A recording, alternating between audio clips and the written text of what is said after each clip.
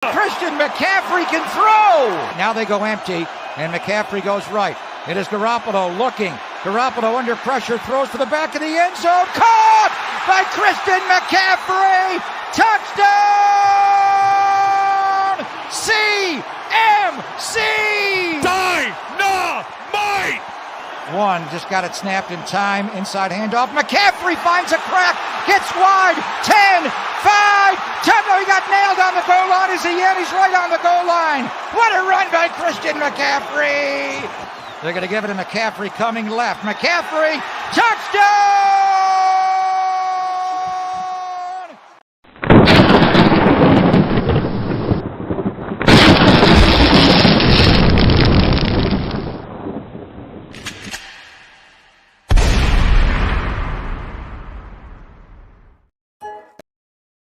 Hey. Breezy, Mo's nose. Season 3, Peachy. It's about that time. Everybody turn your TVs on. The Mo's nose, Peachy, Breezy, and fair to God. They keep it nitty gritty when they bring you 9 to talk. We two gorilla silverback, nah, silver. You know it's busting good discussion cause we get it in. Every time you know we grinding, I was 8 to 10. We always play to win. The faithful going hard. It's Wayne, Breezy, Peachy, Mo's nose, and fear to God. Let's get it. Nitty gritty, this the line is tall. Don't like it, better take a walk. Nitty gritty, this the line is tall. We outline players up in chalk. Nitty gritty, this the line is tall. Don't like it, better take a walk. Nitty gritty, this the line is tall. Line is tall. Nitty gritty, this the line is tall. What's going on, ladies and gentlemen? It's your boy Breezy and the one and only Mo's Nose. Fear to God should be in the building shortly. Peachy's working late, but she's probably going to be out there in the chat. Thank y'all so much for tuning in to Nitty Gritty Niners Talk. Unfortunately, it's the end of the road for the San Francisco 49ers because they lost to the Philadelphia Eagles and the NFC Championship Game. Mo's Nose, what's going on, partner? Listen, man, it sucks to lose that way. I mean, we got a lot to talk about, a lot to dissect from this game. We got a lot to talk about and dissect from this team, this 2022-2023 NFL season. As y'all can hear, my voice is gone. So if y'all have trouble hearing me, my apologies. Try to get through this as best as we can, but it is what it is, man. A tough way to end the season. Yeah, man, real tough. Mose and I were out there at the game. Shout out to our brother Nick. Nick was out there, man. We had a great time, man. Prior to the game didn't go the way we thought it was gonna go.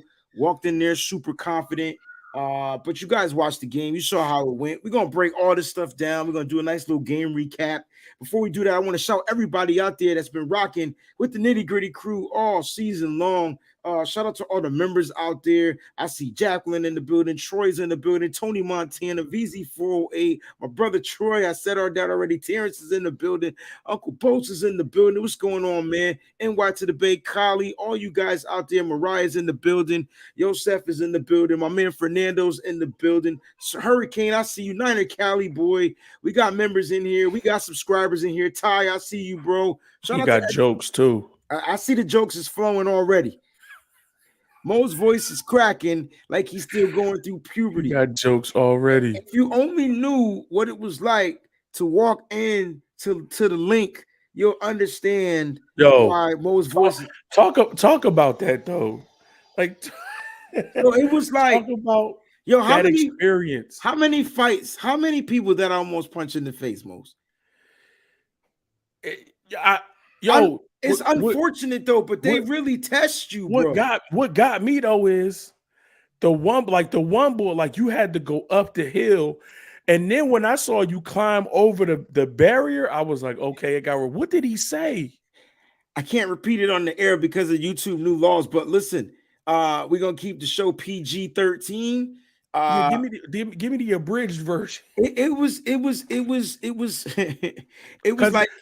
It was more like in natural Philly fan, Like he said what he said when you were 10 yards away from him. Yeah. But when you walked over that hill and stepped over the thing, his tone Yeah. completely changed. It got kind And of then when I stepped over and I was standing behind you, he really got quiet. Yeah, so it was more like I wanted him to say exactly what he said as I was walking by to my face, because it was super disrespectful. It's one thing to say F you, but he kind of took it to another level. And then his girl was taking it to another level. And I'm like, man, you got to check her, because I can't say anything back to the female. I would feel like I don't want to disrespect the female like that. So she got in the way, and it was more like, excuse me, miss, I need to talk to your man. And then that's when he just kind of he tapped me on the shoulder. It was like, yo, man, have a good game. It's just like, I don't understand why they got to be so disrespectful as Philly fans, bro. Right. Because Atlanta wasn't like that. None of the places not even Vegas. When we walked to the stadium in Atlanta, Falcons fans didn't say nothing to us. I thought if you're listen, usually the Raider fans are pretty tough, right? But not even the Vegas Raiders fans was that bad. And a lot of them were they were Oakland fans, because a lot of them aren't even from Vegas. So there was a bunch of like people from California in there. They weren't even that bad. But the Philly fans, it was just F-bombs. It was F your mother. It was this. It was. I was like, what?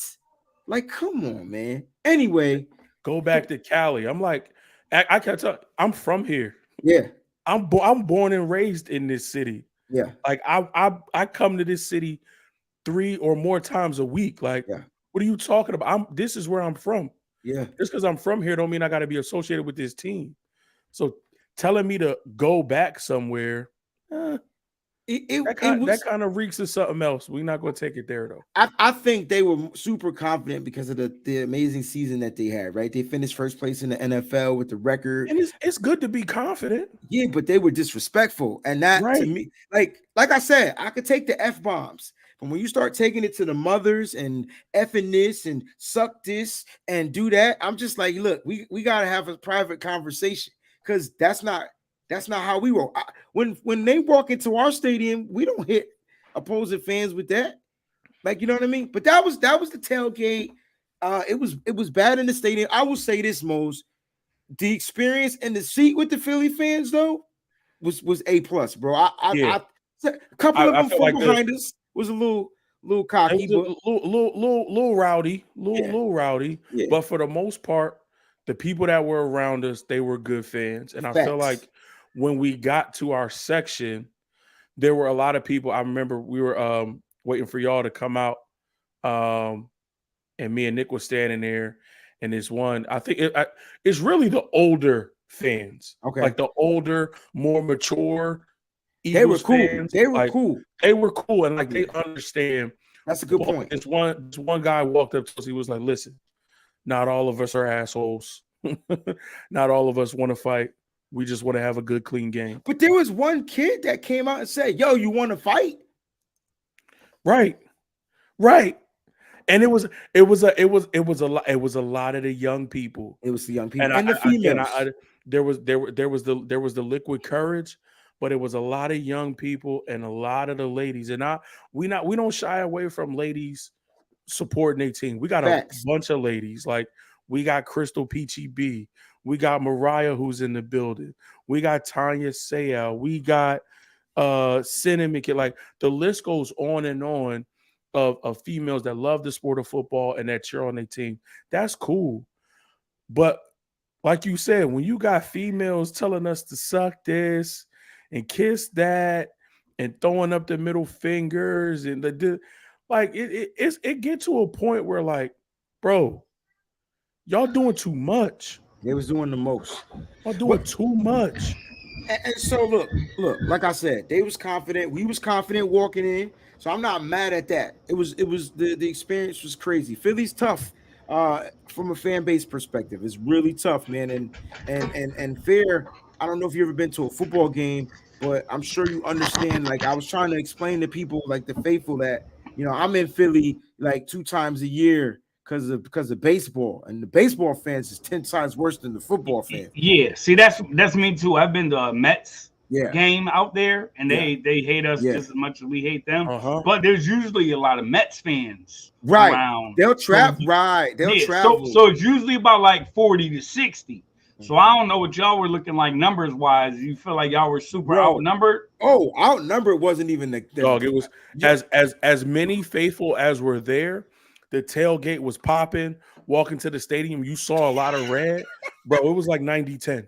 It was 90-10, bro. Yo, it was like 90-10. We were speckles, bro. Like we were little red flakes, like crushed red peppers. And it was a bunch of 49er fans sitting in like that lower level, and that was it. And with the section Mose and I were in with Nick, we were looking around. I'm like, yo, we looked around and we was like, ain't nobody here, bro. It ain't no red. It was the four of us and nothing but green, bro. It was legit. And the faithful came. Like we was out there. They were here. You saw red. Like walk into the stadium, it was a sea of red walking around the stadium, like to get to your seat, you saw red. Once you got to your seat, bro, it was hard to find. It was hard to find red. Man, it was hard to find red. It was definitely hard to find, bro. Let's get to these three early. We got 3 contributions right now. I want to read these nice and early. We got Miss Jacqueline Knox in the building. Thank you so much for the super chat. She says, great season, Niners. Get well soon, Brock P. I love my Niners. Thank you so much, Jacqueline. We're going to definitely talk about the Brock Purdy situation in a few. Our guy Fernando's out there, 49ers _ throwback, says, thanks for being there for us, fam. Nothing can express how sad I am. Love you all. F the haters and calling Purdy soft. We're going to talk about that injury again because you had a lot of not faith. I don't know. I wasn't paying attention to the faithful, but a lot of people were saying, yo, Ronnie Lott played with a cut off finger and this, that, and the third. I'm asking myself though, Mose, did they watch him throw the screen pass? The junk looked tough to throw a 1-yard screen floater. So what? I don't know what they saw when I don't know.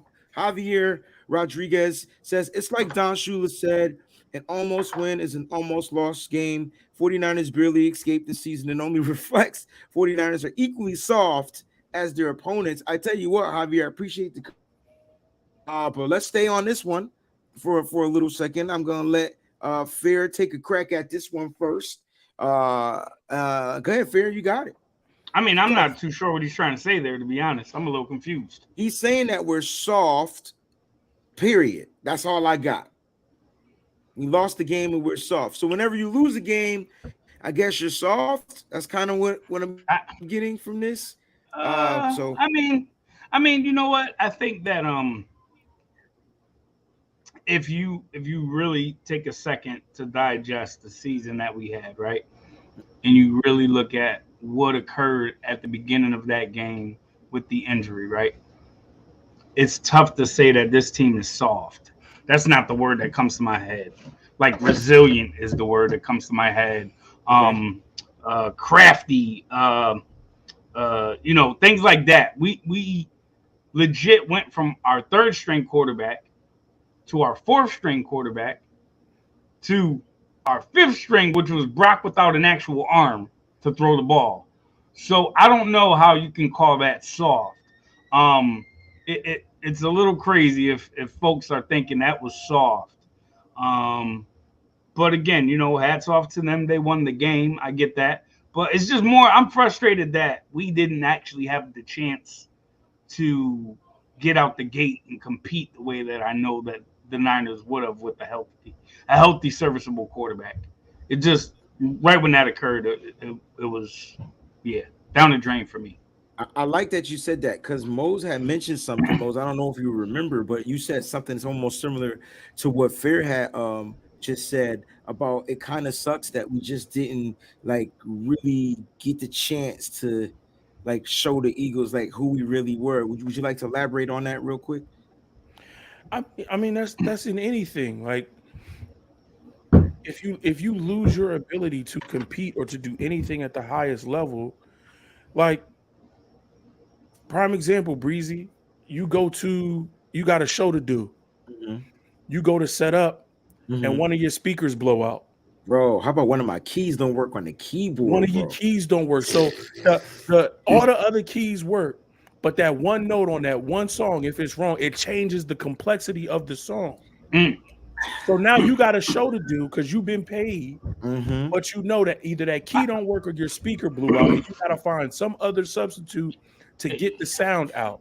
But it's not the full experience because something ain't working right. I'm gonna take it a step further there, Mose. It's like going to pay for Destiny's Child concert, right? And Beyonce is sick the night before and can't perform.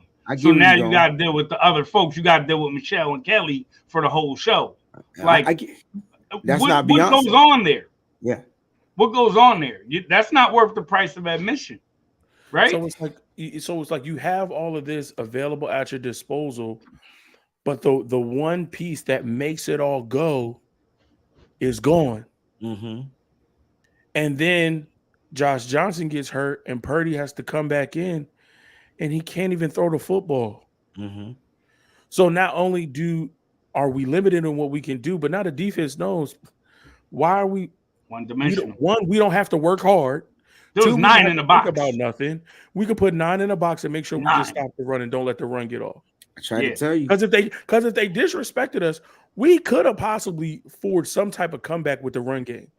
But the Eagles did what football teams are supposed to do. They found a weakness and they exploited it. And they assured that nothing was going to get in the way from them getting to the Super Bowl. So you can't be mad at Philadelphia for that's what you're supposed to do. Correct. Right. So we're not mad at Philadelphia. We're not saying that their win was a fluke. They took advantage of the situation. They're supposed to. But it's just like, I don't care what anybody says, 49er fan or not, that wasn't us.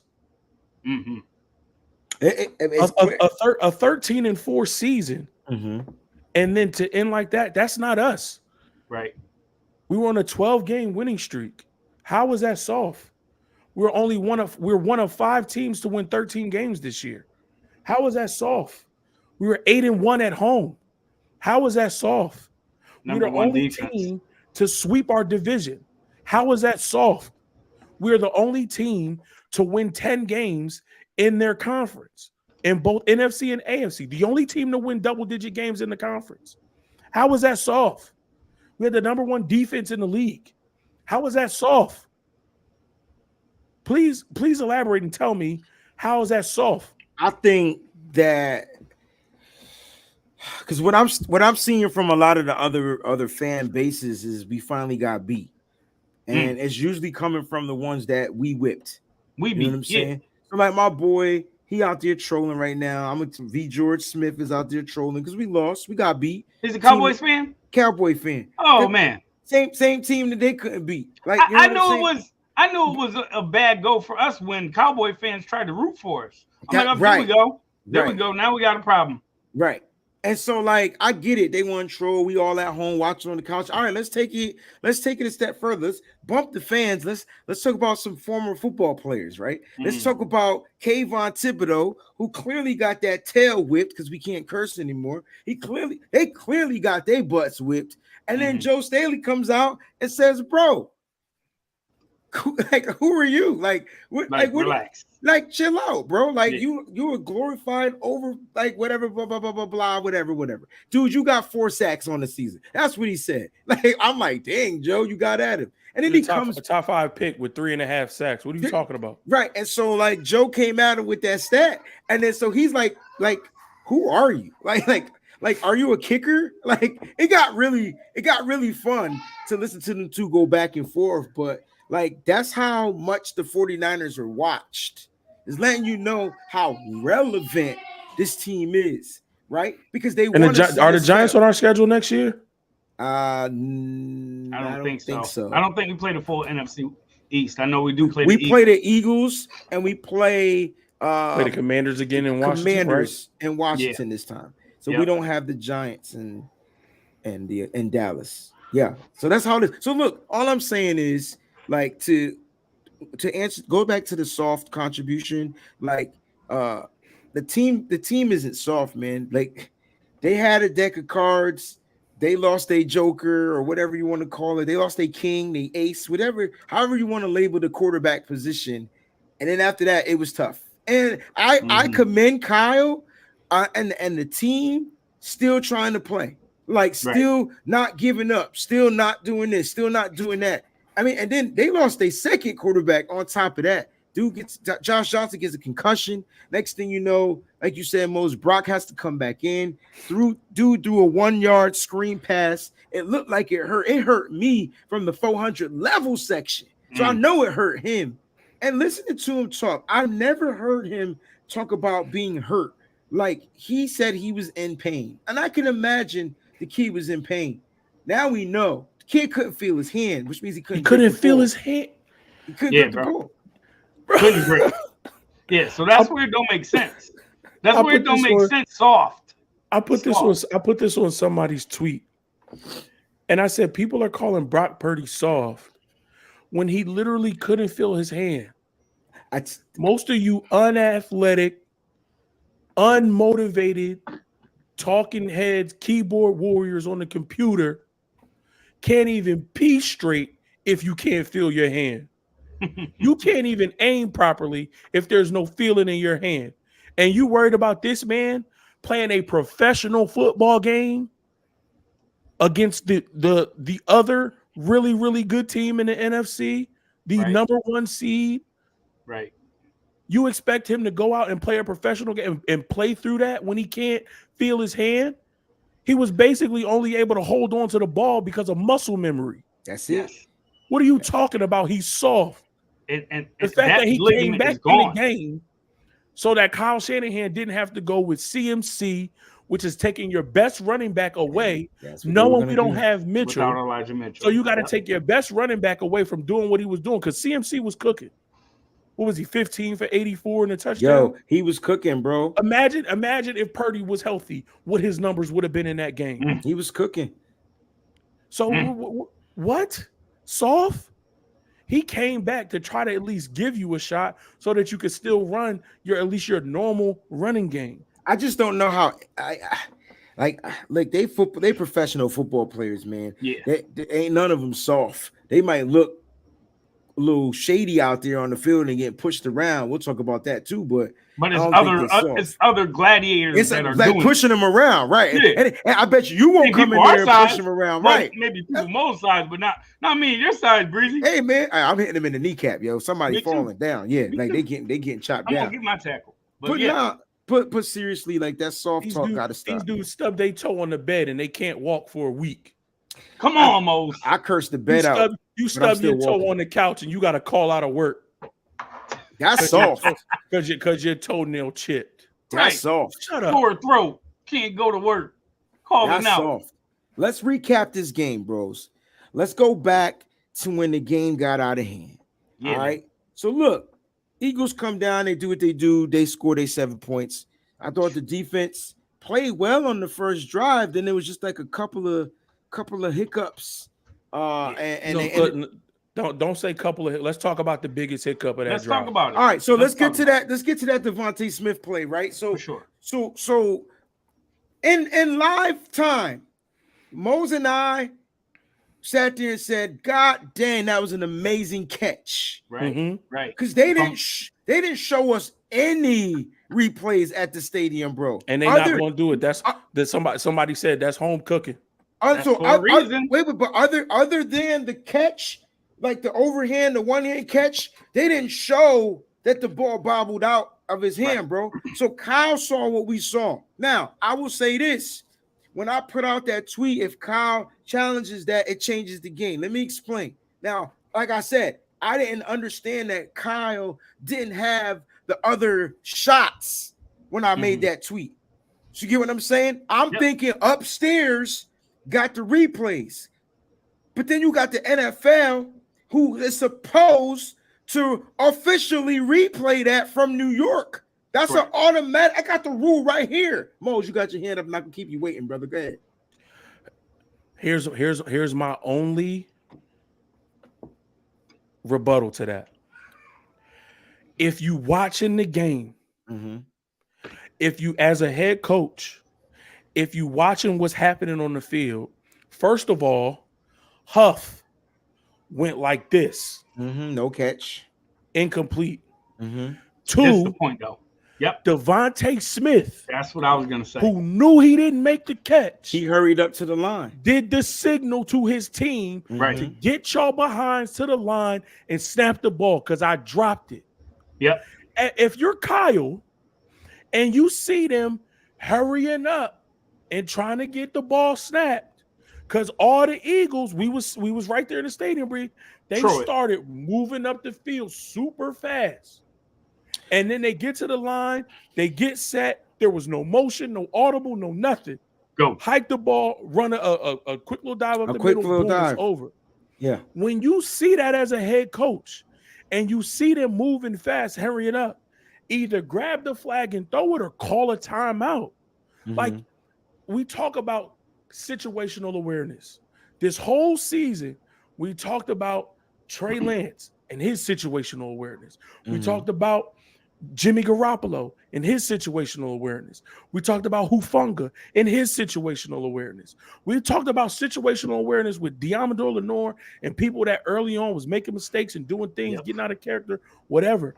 You got to talk about situational awareness across the board for everybody, and that includes Kyle Shanahan. Correct. So I don't care if you didn't get the review to make it clear.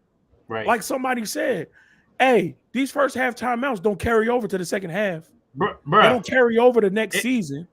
And that's if there is a time to throw a challenge to just see what happens, even if you can't confirm it. Fourth down, big play. It's the fourth down big play in the first quarter of the NFC Championship game that puts them on the 6-yard line.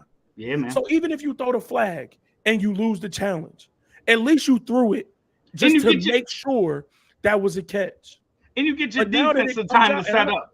Bro, I don't care if this is hindsight. This is something that he has to know as a head coach.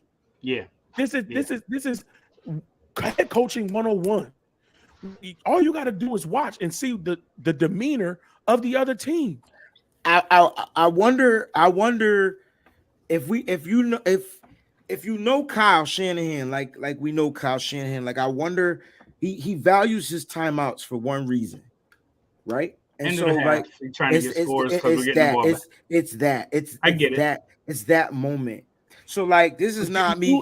But hold on. He didn't have a chance to use them. He would have, but the motherfucker fumbled the ball. I get that. So like, look. We could talk about hindsight for sure, 100%. And I get where you coming from, Mose, because I agree with that. But I'm just trying to understand the mind of our head coach and how he's been consistently using those timeouts. Me personally, I'm throwing that flag, even if it's inconclusive and it doesn't get overturned, because like what Fair said, at least it'll get your defense resettled, because that was a big play. That was that made your defense look like, dang, how we give that up? Like that was on Jimmy Ward, bro. Like his back running to the ball. Like if anything, Jimmy should just ran through the crazy thing. Jimmy was the reason why it got knocked out. Yeah, that's what I'm saying. When you see he it ripped that. I know. You see his arm come in and punch at the ball. Yes. He get it right on the nose and it popped out. Yes. Jimmy was the reason why that was incomplete. Huff saw it hit the ground, went like this. Devontae Smith is rushing the players up to snap the ball. As a head coach, you gotta. So like I don't even get. And you talk about his tendencies with the timeouts.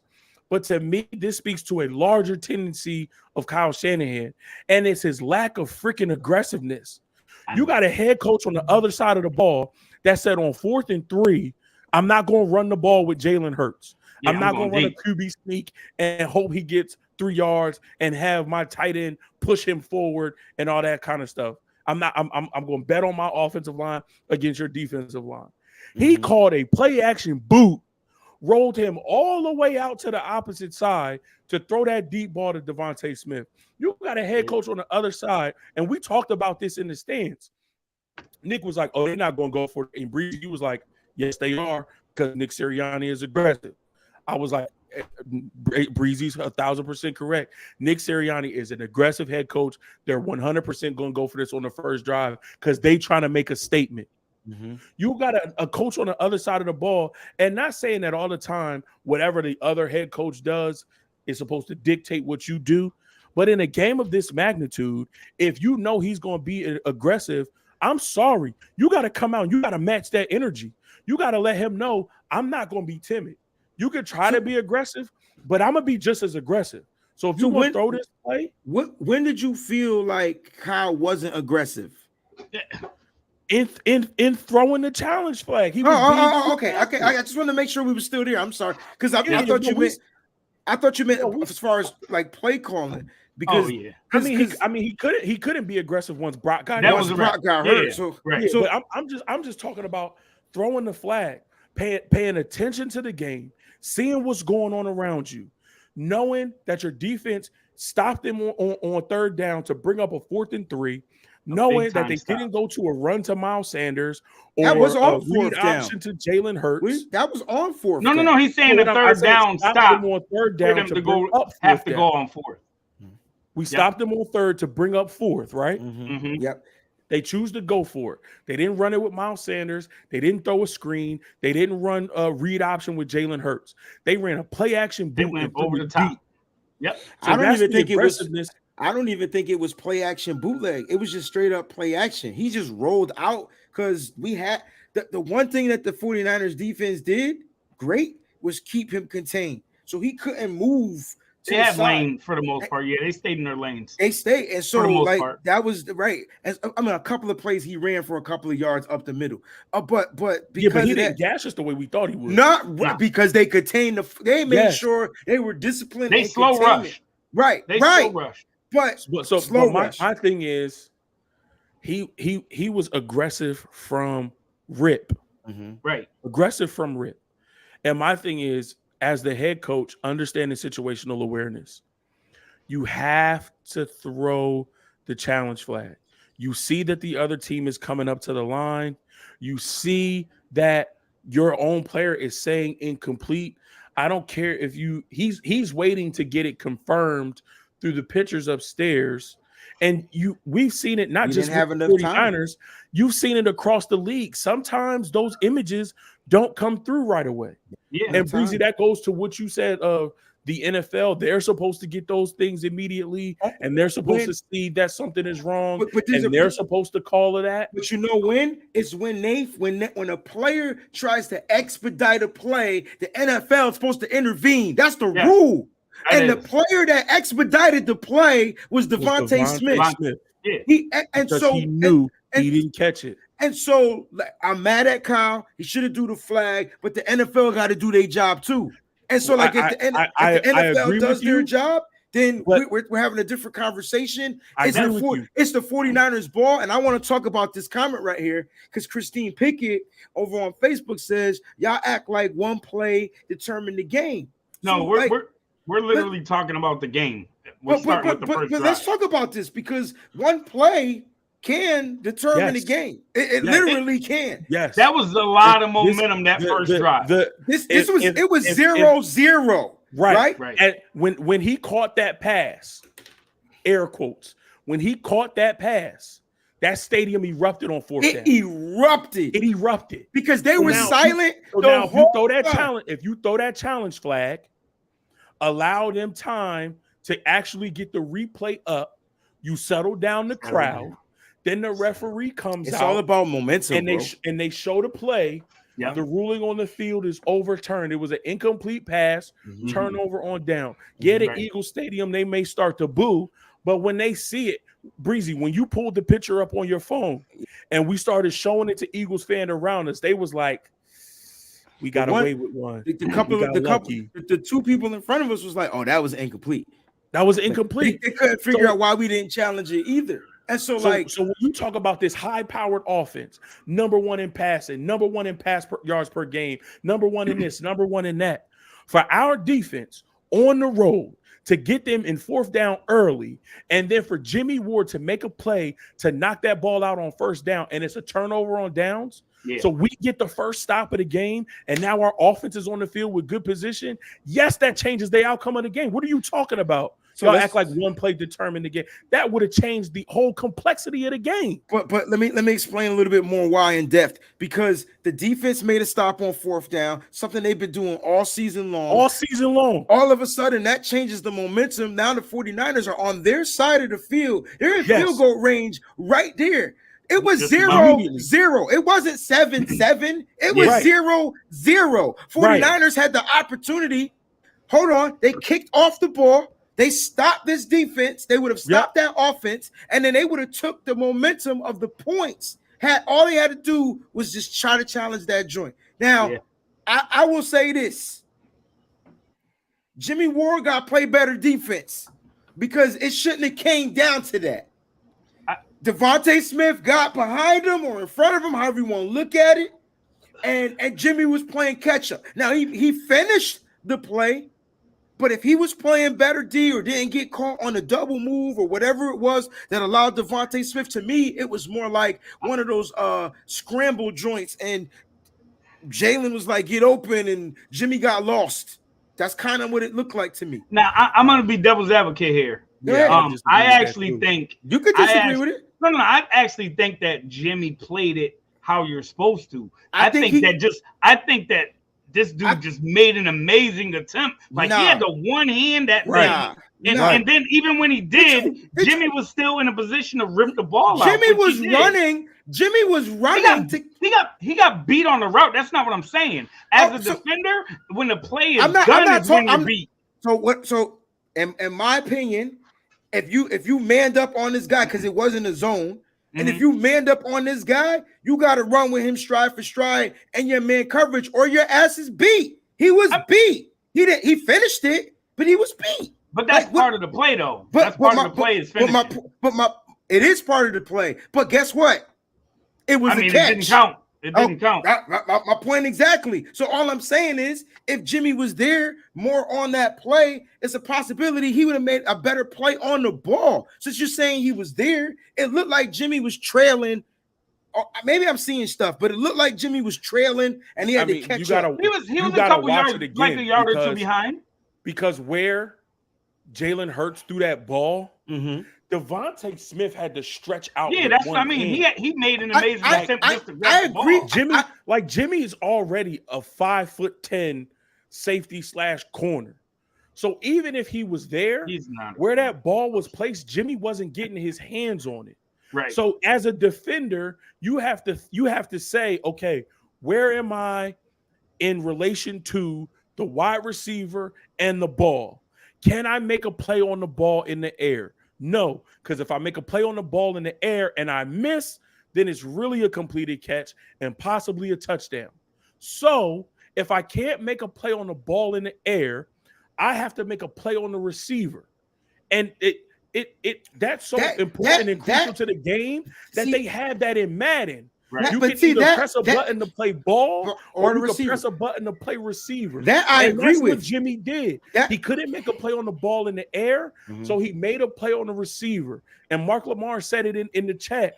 You can't play better than an incomplete pass, because he did what he needed to do once Devontae had his hands on the ball to ensure that he tried to ensure that he didn't get 2 feet or a body part in bounds.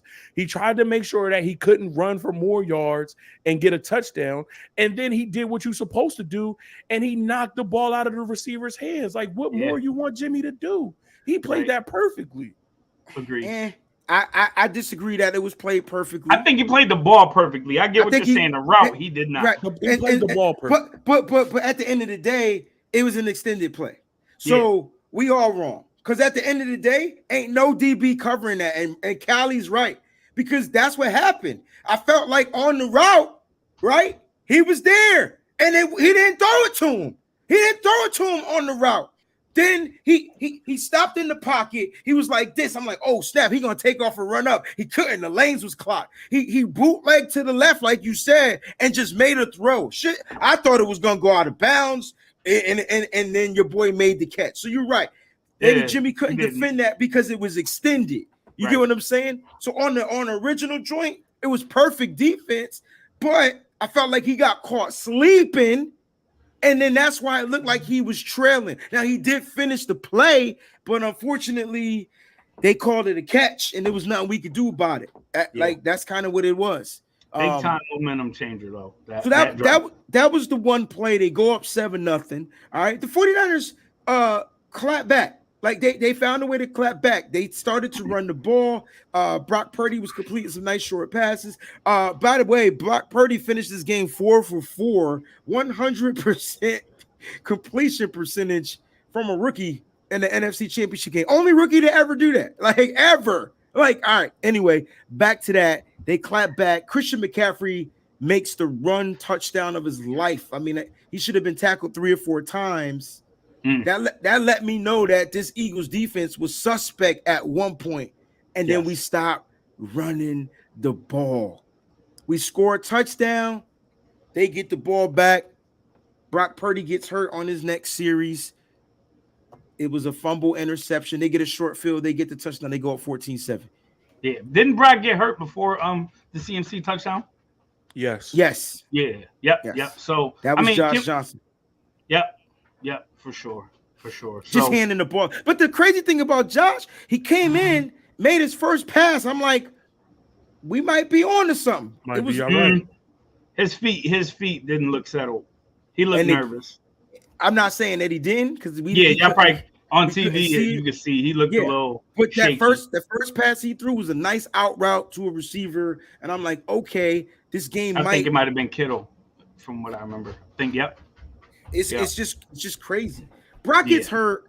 That fumble changed the game too. There's so many different plays that changed the game, because it would have been 3rd down. We thought it was incomplete. Mm-hmm. I mean, but even looking at that, like, was that a fumble? It was a fumble. Okay, it was a fumble, but the defense held after that. They quick turnaround. The defense shut it down. They went 3 and out. I remember. Here's also what's pissing me off about non-Eagles fans. Like the people that don't watch football, the people that don't know nothing about football. Yeah, man. I heard the people that ain't been rooting for the Eagles since they last Super Bowl win. I mean, Mose, I've seen people that don't even know the rally cry. I saw folks saying "Squawk Eagles squawk." Like that ain't the cry. I was so tired of hearing. We made this high-powered, potent number 1 Eagles offense. All right, Mose, you take 3. You take the passing yards. I'll take the rushing yards, and then that will combine them together. And I'll talk about the penalty yards. You got the penalty yards. We made them, first of all, the first drive, we got the stop. Kyle didn't throw the challenge flag. Correct. But that's neither here nor there. Correct. After that, we made this team punt 3 times. We made them punt another time in the game, which is 4, and we actually made them punt a 5th time, which got negated by the roughing the kicker penalty, which we'll also talk about, because whatever. Yeah, these are this weird rules. That word discretion. We made this high-powered team punt a lot. Everything that they were trying to do offensively, we had an answer for, except when we shot ourselves in the foot. Bro, we lost this game, Mose, because we turned the ball over. For sure. And honestly, if Kyle challenges that first play, you take that 29-yard reception from Devontae Smith, he only has 92 yards passing. And Brock possibly doesn't get hurt. Yeah, because I think you go about your game plan different. Your game plan on that side of the ball. Right. It's different. It's just different. It's different. Because we got to talk about that play too. Because a lot of people want to talk about Kyle Shanahan on that particular play. Let's actually go into the Brock play, because when you're looking at that lineup, you got Tyler Kroft, number 81, tight end, on an island on the edge, trying to block Hassan Riddick. And why is there a tight end other than George Kittle, who might have got beat too, trying to block the number 2 sack guy in the NFL? Make that make sense. Here's the argument. I was gonna say, and you can't make it make sense even more if you listen to the press conference, right? Mm-hmm. When you listen to what Kyle is saying, you have to know that Riddick is going to be lined up against McGlinchey. Wait, hold on. Are you talking about the quarterback? Are we not? No. I'm talking about the play itself. Yeah, but right? who are you saying has to know? The person calling the plays. Oh, Kyle Shanahan, you talking about? Correct. Okay. Correct. Yes. Okay. When you're running that play, you know who's on the right side. You know Correct. He's not going to line up against Trent. He's definitely going to try to line up against McGlinchey. Knowing that, and you have Croft in there. Mm-hmm. You don't have Kittle staying home to block him. You have Croft. Well, why not motion Kittle to the right and chip him? That's where I was going, bro. So how much you're leaving Croft on an island against probably the runner-up for Defensive Player of the Year, right? So we're blaming Kyle, but why are we not blaming Brock? I can go there as well. There's multiple things that happen that cause because at the end of the day, the quarterback is the person on the field. Am I right? He has to step up in that instance. I'm not even talking about stepping up. I'm saying 1, 2, 3, 4, 5. Oh, shoot, that's him. Hey, I'm sliding protection. Slide your protection over. Motion this guy. Kyle trusts him to do that. Who cares if that play don't get called? And on that play, he held the ball for like a few extra seconds to let him get open. I mean, again, the quick throw was right there. It was, and he was trying to hit the longer route to BA. For sure. That's ultimately his fault, right? It's ultimately his fault. Well, I'm asking, are quarterbacks allowed to slide protections? Of course, but rookie quarterback in his first in the NFC Championship game, you want to take all of those factors away. Are quarterbacks allowed to slide protections? Maybe in other schemes. Right. Are quarterbacks under Kyle Shanahan allowed to slide protection? It's typically the center. I don't think we've ever seen a quarterback slide protection. It's typically the center. If it wasn't an option given by Kyle Shanahan, that's fair. But at some the play point, comes in. That's fair because that's what we know. That's what we've seen, right? But at some point, if you're going to be an elite quarterback in this league, I don't give a what the coach calls. If you see you're going to be on the island and you know you might not be able to get this ball out quick. We don't and haven't had a quarterback under Kyle Shanahan that has that cachet. That's because I feel like Brock has that cachet. He just didn't do it.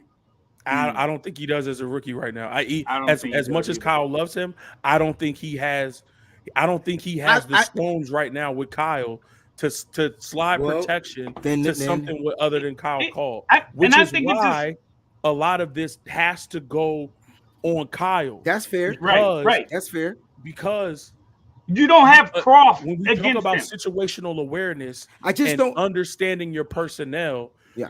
The only thing that has been talked about with this Eagles defense is the fact that they got 4 players with 10 plus sacks. They had 70 some sacks this season. The most wait. Hold on. I'm not talking about a rookie overturning a play. Changing the play is something totally different from call. Don't get me cussing right now because people saying dumb shit. What I'm saying is it's a protection. Now I know that this. You want to know who fault this is? It's Alex Mack's fault. Motherfucker shouldn't have retired. That's the problem. That's the problem. If we're gonna keep it a buck, he retires. It messed up everything. Everything for Trey, for Brock, for Jimmy. It just messed up everything because he was in charge of all of that. I think the onus has to go on Kyle and John for constructing this roster. You go out and you get a Tashawn Gibson late because you have an injury to Jimmy Ward and you need a competent safety, and Tashawn Gibson has 5 interceptions and people are talking about bring back T. Gip. You go out and in the midseason you make a trade for Christian McCaffrey to inject some life into your offense and give Kyle a true dynamic weapon at the running back position. I think we had plenty of opportunities during the offseason to find a competent center. Now people will say, well, Jake Brendel, he did okay. He's a Pro Bowl alternate, blah, blah, blah, blah, blah. But let's He be did completely admirable. honest. Jake Brindle is not the ideal option that you want at center, because now that we lost this game, the only thing that I hear in 49ers Twitter is, oh, we need to go out and get a center and a right tackle. Center and a right tackle. Same thing. O-line, Same thing O-line, this season. O-line, O-line, O-line. Center, right tackle, center, right tackle. That's center, not right what tackle. I think. So no, but on 49ers Twitter is definitely heavy right now. yeah, I'm not saying you. Well, but, I mean, those are the weakest links, right? And so, For sure. like, me personally, if you hear me out, if I had to upgrade one position on the offensive line, it's the center position. Why? Because of the reason why we arguing.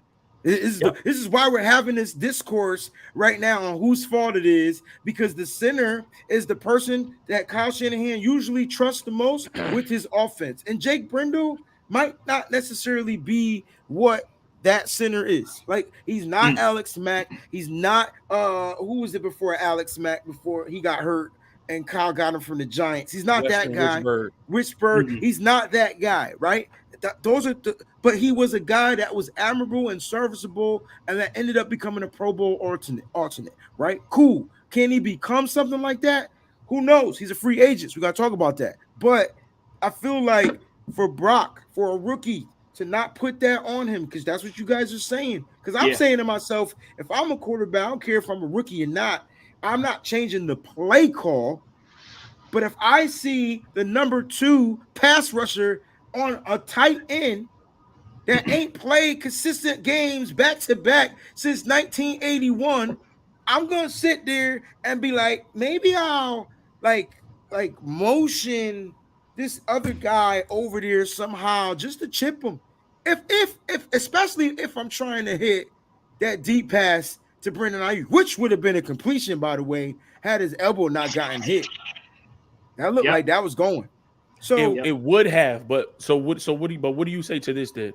For a lot of people that are talking about, it being on Kyle Shanahan, at least for the first drive, until you see what they're trying to do from a pass rush standpoint and how effective it's going to be, or how well you're blocking it. Forget putting Tyler Kroft on the second best pass rusher in the league.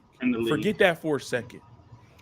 Let's look at the idea of these long developing plays when this team has great speed and pass rush from everywhere. Right. Like, why are we dialing up these long developing plays? Like, I understand our offense is surrounded around the big play, the explosives. But on the very first drive, when all you have on the Philadelphia Eagles is film, you don't know what their plan is coming to this game of how they're going to rush, where they're bringing guys from. Are they lining up tight? Are they lining up wide? Because on that play, Hassan Reddick was out pretty wide. He was lined up so wide that maybe that play could have worked. But he beat Tyler Kroft so quickly.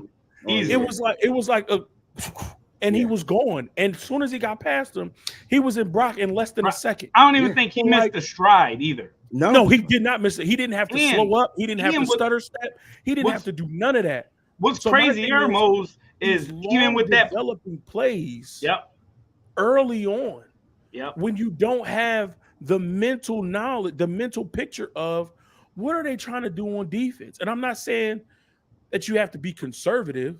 There's a way that you can be moderately aggressive without dialing up these long developing plays when you don't really know how Tyler Kroft is going to block. And we talked about it before the show. You got Tyler Kroft in on that play blocking, but you've been having him active in that. You've been playing this. I agree with that, but there's levels to this shit. So all right, on this play action, right? It don't gotta be the long developing play.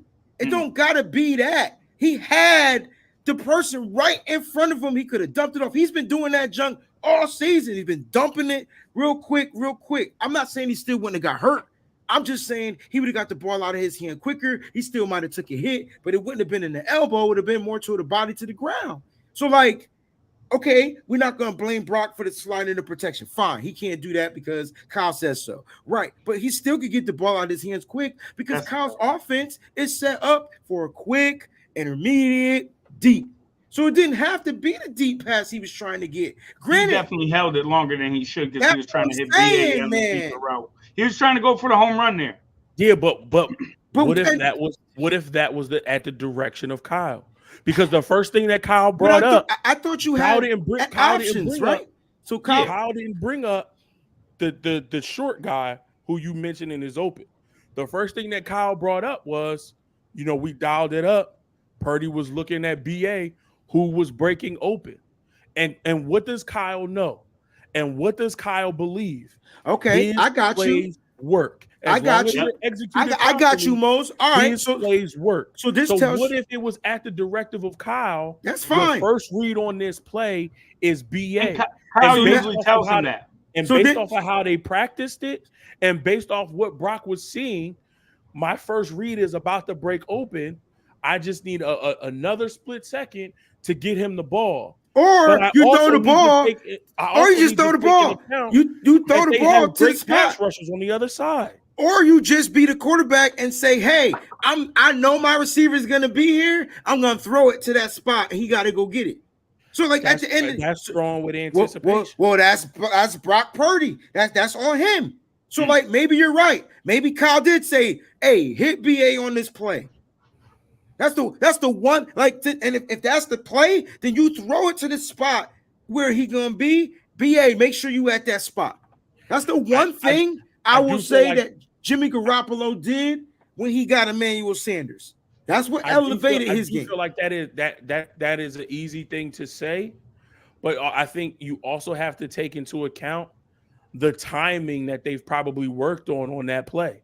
Mm-hmm. So maybe Brock doesn't throw early and throw to a spot because maybe that throws off the timing that him and BA have already locked in on the many times they run that play in practice. That's a weird concept to say, though, because in practice, it's not Hassan Reddick. And the 49ers ain't got nobody like Hassan Reddick. And Hassan Reddick throws off that timing, right? If it was a regular edge rusher, he probably would have had the time to throw that pass.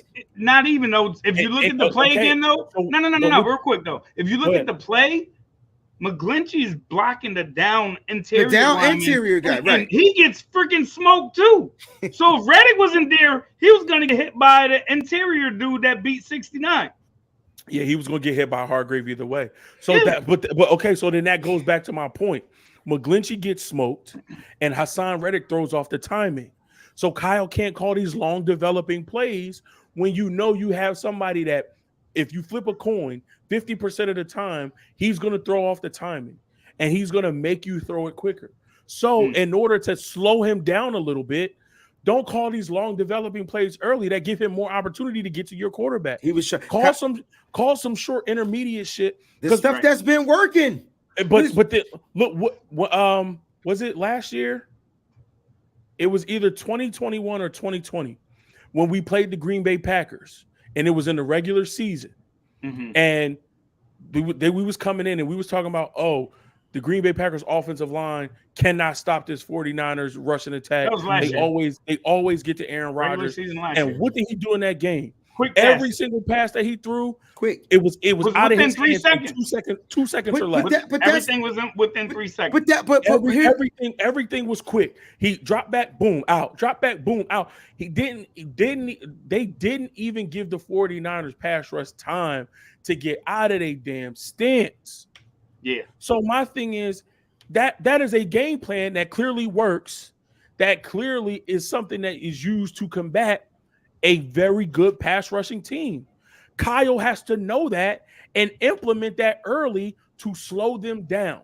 Make them think I'm not going to be able to just pin my ears back and go because it ain't even going to matter anyway. I have to be judicial with when I go and when I rush maybe a little bit slower to just keep myself in position to make a play for if he dumps it off to CMC, if he dumps it off to Kyle Juszczyk, if they throw the bubble screen to Deebo Samuel or Brandon Ayuk or Jawan Jennings or throw a screen to George Kittle. I can't be up the field trying to get the quarterback and allow all of this free open space. That's got to be in Kyle's mind. I have to find a way to slow down this pass rush. But then his ego sometimes gets in the way, and he was like, no, this pass rush is good. But, I mean, I trust my guys to block. So we're going to run what we run. I'm going to call these long developing plays and let this guy who runs a 4.4 come screaming off the edge of my quarterback. Like, at least at first, do something to slow them the hell down, bro. Yeah. Make them at least think about it. Keep them honest. Right. At least to keep them honest. You don't even have to do nothing crazy. Just keep them honest, man. And we didn't.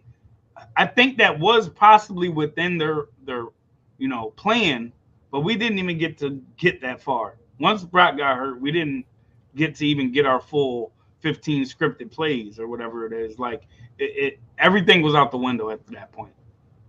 So, yeah. It's tough. It's tough because it's hindsight. So it's like, of course, if Reddick doesn't get there, Brock makes the throw. We're happy at the call, right? And if was Phipps, we'd all be drunk, brother. Right. And so, like, I mean, things could just go it could go several ways. But unfortunately, Brock did get injured on that play. We'll talk about his injury in a little bit. Let's get to the play that just kind of like sealed the game for the Eagles, because to me it was that fumble by Josh Johnson. 1,000%. Because the 49ers had an opportunity to make the score 14-10, trailed by 4 at the half. I thought they would have been able to drive and at least get a field goal. They had like a minute left on the clock. That's where those timeouts come in. Like, you know what I'm saying? Possibly you might have got a touchdown. I don't know, but I felt like that's what they were going to try to do. It was on a snap, guys. It wasn't even on a shotgun snap. It was center quarterback exchange. And Mose, I looked at you and said, I thought it was shotgun. Mose, I looked at Mose and it's still center to quarterback exchange. Of course. But I looked at Mose and said, game over, bro. Yeah, because he did. Same thing I said. That was it. And what's crazy is the snap was perfect. Mm-hmm. It hit him right in the hands. Beautiful. Here's the thing. Is that the jitters y'all were talking about? Oh, for sure. Here. Your eyes start moving, your feet start moving, your hands start moving before they're supposed to. That's muscle memory. I thought you was about to start saying some freeway. Your eyes start working when the heat starts. Yeah, nah, but the only person that got caught sleeping was Josh Johnson. Here's what I'll say. I don't blame Josh Johnson for having to play. Nah, not at all. I blame Josh Johnson for not being ready when his opportunity was called. I don't understand how you're a veteran in the league. Yes. And you know your number can be called at any moment. Right. And you were clearly not prepared to play a football game yesterday. Yeah, for sure. You were not prepared to play a football game yesterday. I would expect that. Mm-hmm. A lot of people expected that from Brock Purdy. That's what when Brock first came in, pleasantly surprised when he got in the game and was like, "Oh, this little kid got some stones." Right. Like he got a little bit of little spice to him. Yeah. So we were pleasantly surprised, and I'm not asking Josh Johnson to come in and be Lamar Jackson. I'm not asking you to come in and be Jalen Hurts. I'm not asking you to come in and be Brock Purdy. I'm asking you, as the backup quarterback on a team that brought you in after we lost Trey Lance for the season, after we lost Jimmy Garoppolo for the season, and we only had a 7th-round rookie on the roster, brought you in to be the backup. Right. Not just to hang around and be on the practice squad and see if we could sign you to a future contract. You were dressed for every game since we called you back in, which means, like Breezy said, at any moment you might have to play a football game. Yeah. And you were not prepared as an NFL quarterback who has played on 14 different teams. I don't know what little yellow envelope that he got that keep teams bringing him in and giving him opportunities. I told you what played it was. Almost half the teams in the NFL. Let me explain to you what Josh Johnson is, bro.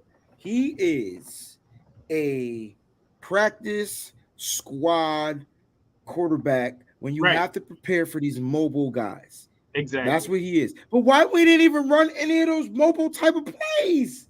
Like, bro, forget all of that. I'm just saying, use him to his strengths. Yeah, Don't make him come in here and conform to the offense you want to run, Kyle. Like he's good at. I don't know, man. He has one role, and that's to get other teams to get his team prepared for the opponent. That's his role. I don't know why he was on this team, but that's his role, and it's been like that since he's been in the league. Yeah, got it. I mean, but not this year though. Not this year because now he has to actually be. You got to actually be a quarterback. Yeah, he's usually not having to worry about that as the fourth option. He's usually doesn't have to worry about that. But folks don't even be trying to pick him up off practice squads. They just let him rock wherever he at. I don't care what nobody got to say. Oh, backup quarterbacks don't get reps during the week. A lot of that is focused on the starter. Blah blah blah blah. I don't care about none of that. When Trey went down, Jimmy came in and was ready. Word. I don't care if he had been with us for a while and he knows the scheme and knows the system. Jimmy didn't have an offseason. He's just a better quarterback, bro. Like we talking about. Brock came in and was ready. He's just a better quarterback. Like, I'm not gonna stop saying that shit. Everybody other than Josh Johnson is good. I really feel like Josh Rosen would have did fine. I feel like if Cam Newton was on this team, he would have did fine. I think anybody we had on this team other than Josh Johnson would have did fine. I'm just gonna keep it a buck. At least. Would you have taken CJ Beathard off him? I would have taken CJ Beathard in a heartbeat. Bro. I would have taken CJ Beathard in a heartbeat because at least with CJ Beathard, I know he got a cannon. So and he's not scared. If we need to bring Danny Gray in to just run a streak real quick and just throw it deep to back the secondary up and to slow the pass rushers down. Let's talk about this comment right here. I mean, I can't talk football with somebody whose nickname is PP. Like, it's a little sus. I just want to know, do you feel the 49ers were overwhelmed? Not overrated, but overwhelmed. Hell no. Right. Because not at all. Not at all. Right. Overwhelmed by what? A defense that made a stop on the first series, and the only reason why y'all got a touchdown is because our boneheaded head coach didn't throw a challenge flag. And at the end of the day, defense that subsequently made y'all punt on 3 straight possessions after that. Defense that subsequently made y'all punt 2 times in the second half, and one of them got called back from a bogus roughing the kicker. This is why we lost the game. Right. It was just the turnovers. You can't win a game when you lose the turnover battle. It's undefeated. We lost the turnover battle and we lost time of possession. They had the ball 15 minutes. 15 more minutes. I mean, but y'all have to expect that we're going to lose time of possession if you have. We can't sustain. If you're unable to pass the ball. If you're unable to pass the ball, they're going to get 3 and outs. They're going to get the ball back, and they're going to run the ball because they just want the game to shorten up. Yep. We not only gave up time of possession, but we also gave up field possession with not being able to move every single time. You notice the defense short fields every single time. The defense played really great they had them pinned and they joint on their side of the 50. We almost got 2 off that. Yeah. That should have been it. That's another. Didn't hold them, but it is what it is. Yeah, good play by Hurts to get out of the end zone. He was able to get out. He was able to muscle himself out of that joint. Listen, like I said, Eagles won the game, not taken away. What we do on this show is we break down how we win, how we lose, because we just want to be better. So if you're new to the stream, hit that like button. If you like what you're seeing, hit the like button. If you don't like what you're seeing, hit the like button. At the end of the day, hit the goddamn like button. And don't forget to subscribe to the channel. All right? We appreciate everybody out there. Sure. The game got carried away because the penalties start flaring up. And I'm talking personal fouls. I'm talking body slams. I'm talking punches and the ball's out when the runner was already initiated, the play was over. Like, it just, players got frustrated at some point. The punches were during the punches, though. I get the point of calling it for what happened, but the actual punches, the whistle wasn't blown. The whistle wasn't blown. But so the play, it was after the play. I'm sorry. The play stopped To Right. us, the play stopped. Right. Here's That's the stupid. thing. I'm not giving him any excuse. But you say it's Trent Williams situation, he was protecting one of his teammates, and he had enough of the BS. Oh, of but course. To me, the Dre Greenlaw situation, that both was not football. Both of them. That wasn't football. Like, I understand what you're trying to do, but that didn't even look like a regular punch out of the ball. Like, I thought he was hitting somebody. No, he was punching the ball, bro. He literally, but he was winding up. I get all that, but what I'm saying is the action, like Mike throwing body shots. Yeah, but fair is saying the to action us, though is what I'm saying is where I'm like, bro, he literally was punching the ball. Oh, so to us, he was connecting to the ball. He wasn't punching his arm or his ribs or nothing like that. He was hitting the ball every time. He has great accuracy. He needs to go into boxing after this. All right, so what they show us was that he looked like he was punching somebody in the body. Right. No. He definitely was punching the ball. Again, I understand honestly, why if he was hitting somebody in the body, it was more of his own player than it was the Eagle player. Right. I thought he was punching Javon Kinlaw. I'm like, why are you hitting he hit the ball? All 3 punches, I believe, landed on the ball. So then why is that a foul? That's where my brain is like, bro, he literally was hitting the ball. It was excessive, Breezy. It was excessive, though. I get it was why. Excessive. It was, bro. He was literally going boom. He was bringing it back. Boom, like, yo, he was coming back here. So let me ask you this question, right? Like you running with the ball, right? Mm-hmm. And I just straight cock back and just punch. Right. That's a foul? If you do it one time and you connect with the ball, what if I do a combo like pop, pop, pop? That's a foul? You're right. Yes, that's a foul. You can't throw a combination. Wait, I mean saying during the play, but I'm going for the ball. You're not Cortland Finnegan. Hold on, bro. I'm not punching the player. Yo, my hand to ball combination is fire. Pause. Yep. Like, you get what I'm saying? Like, I can connect, right? So I said pause. So I'm just saying. Yo, he did that on purpose. I did not. I did not. I promise. I promise. Purpose, yo. I promise, bro. I'm not even gonna repeat it. He did that on purpose, dog. I'm just saying, like, if he hit him with a combo and hit the ball, like, is that still a foul in the middle of the play? Because I thought the foul came because the play was over. Nah, it was during the play. It was before the whistle. It was the fact of him doing it multiple times. He should have just did it once. It's called the peanut punch, not peanut punches. Hey, maybe Dre Lowe was trying to change the game, bro. Right. Nah. You could be a trendsetter. This league, you know what? The league is too soft, bro. Right. The league is soft because when I watch, hold on. You gonna disagree with me? No. Yo, when I watch Josh Johnson get laid on and get a concussion by the biggest fat Ndamukong Suh, and they didn't call a foul. That's why they called the penalty. That's a fact. I'm just saying. Unsportsmanlike conduct, roughing the football. Bro, you can't be in Philly with a Rocky statue and not be allowed to throw punches. I don't care. It does fit. I'm just saying. Oh, he came in here like he got the God sound. I looked up real quick. Like, yeah, man, make your voice clear. Don't make your voice. And let me hit my. Okay, that's better. I don't want to sound like. No, you sound like Bruce Almighty right now, dog. There it is. There you go. All right, there we go. All right. What's going on, Pterodome? Rough one, fellas. Rough one. Hey, let me shout out everybody within the faithful land. We had an enormous and great year. I know it came to a screeching halt, but man, we stayed excited. This thing started back with a Jaquaski Tart miss of an interception last year.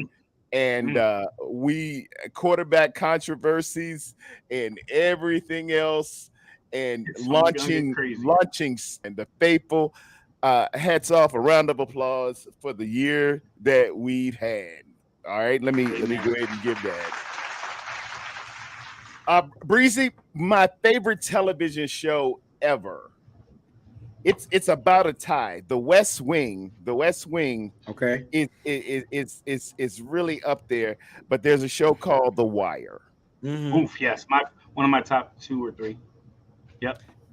And there were these two characters. If you ever are so bold to check it out, there are these two characters named Stringer Bell. Okay. Avon. And Avon Barksdale. Yes, sir. And it's depicted from the great city of Baltimore, Maryland, and this stuff kind of actually went down. I'm, as a narrator, it's all based loosely off what happened, based on some true stuff. It's based on how it went down. Well, they had the real guy was the preacher in season 5. Melvin he was one of the real Melvin Williams. That's his name. He actually pulled off. Please, everybody, if please, within the sound of my voice, and those that are going to watch this into perpetuity, check out The Wire. But if you're going to watch it for the first time, send me a message. I'll rewatch it with you so I can explain the stuff. Amen. Oh man, I want to be on that. And Snoop also, just so you know, Snoop Snoop was legit. Yes. Stringer Bell was all about some business. And he wanted to get off the street, and he wanted to not touch the product, I should say. But his partner, Avon Barksdale, played by Wood Harris. Stringer Bell was played by Idris Elba, masterful, I should say. But Avon was into that gangster stuff. I want my corners, man. I want my corners. And there was this, in about season 5 or season 4, there was this meshing, there was this conflict between the two. And Avon said, hey, String, don't talk to me about marketing. Don't talk to me about price points. It ain't your college stuff here, man. It's the other thing. When you play a physical team in Philadelphia, Pennsylvania, known for Smoking Joe Frazier, known for Gamble and Huff, known for Jill Scott, known for the Fresh Prince of Bel-Air, known for Creed, known for Rocky. Beanie. It's that other thing, man. It's that other thing. And we're talking about protections, and we're talking about scheme, and we're talking about this and that. No. It's time for a gangster to be a gangster. I told you, man, Frisco Red was coming up there. You gotta bring your gangster. You have to match the intensity of a fighter. You got to blow them up. You can't take no shorts. You can't sit back on nothing because it is stacked against you. And the only way to handle a bully, and this is for this point forward, you have to punch him square in the mouth. But on this day, on Sunday, we ran up on Marlo Stansfield and his crew. I like that. Marlo was gangster, yo. He was the mixture. He was the mixture between Stringer. He was the mixture between Stringer and the young Mike. Avon. Yeah. Oh yeah. I thought he was gangster. Mike. I forgot Mike. Yeah. And Mike. Yeah. Mike was what? Hey man. They showed a few tricks when Marlo came and looked at him. I don't know. They won't plan. But Avon was still game for it. He was still game for it.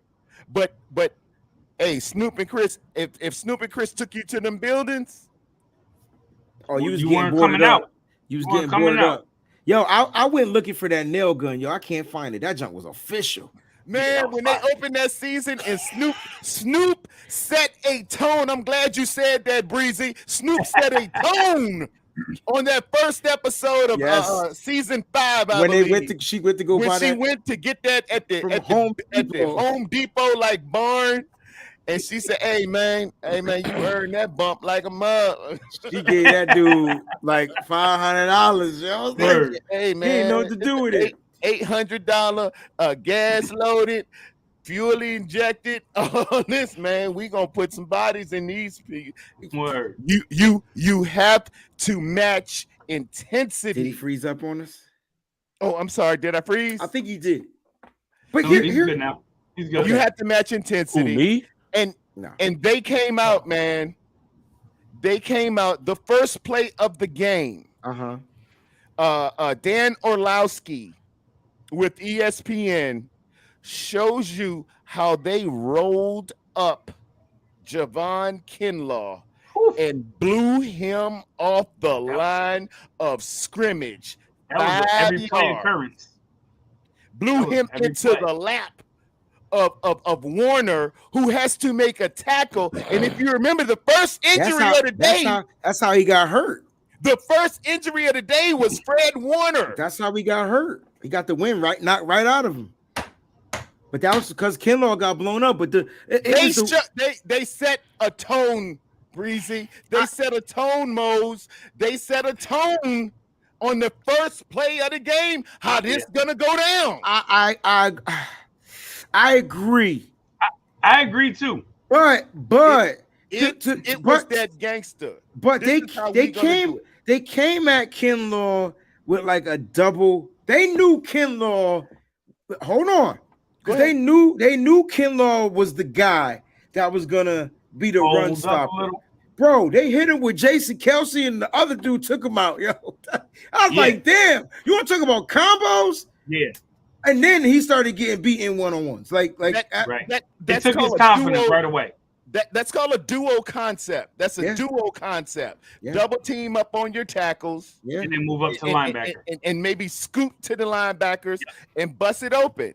Yeah, I told y'all this would be assignment football. The tackles have to demand a double team, but they have to hold the LOS and let our linebackers, who are the greatest in the world, shout out to them, let them get downfield. That's the line of scrimmage, guys. LOS.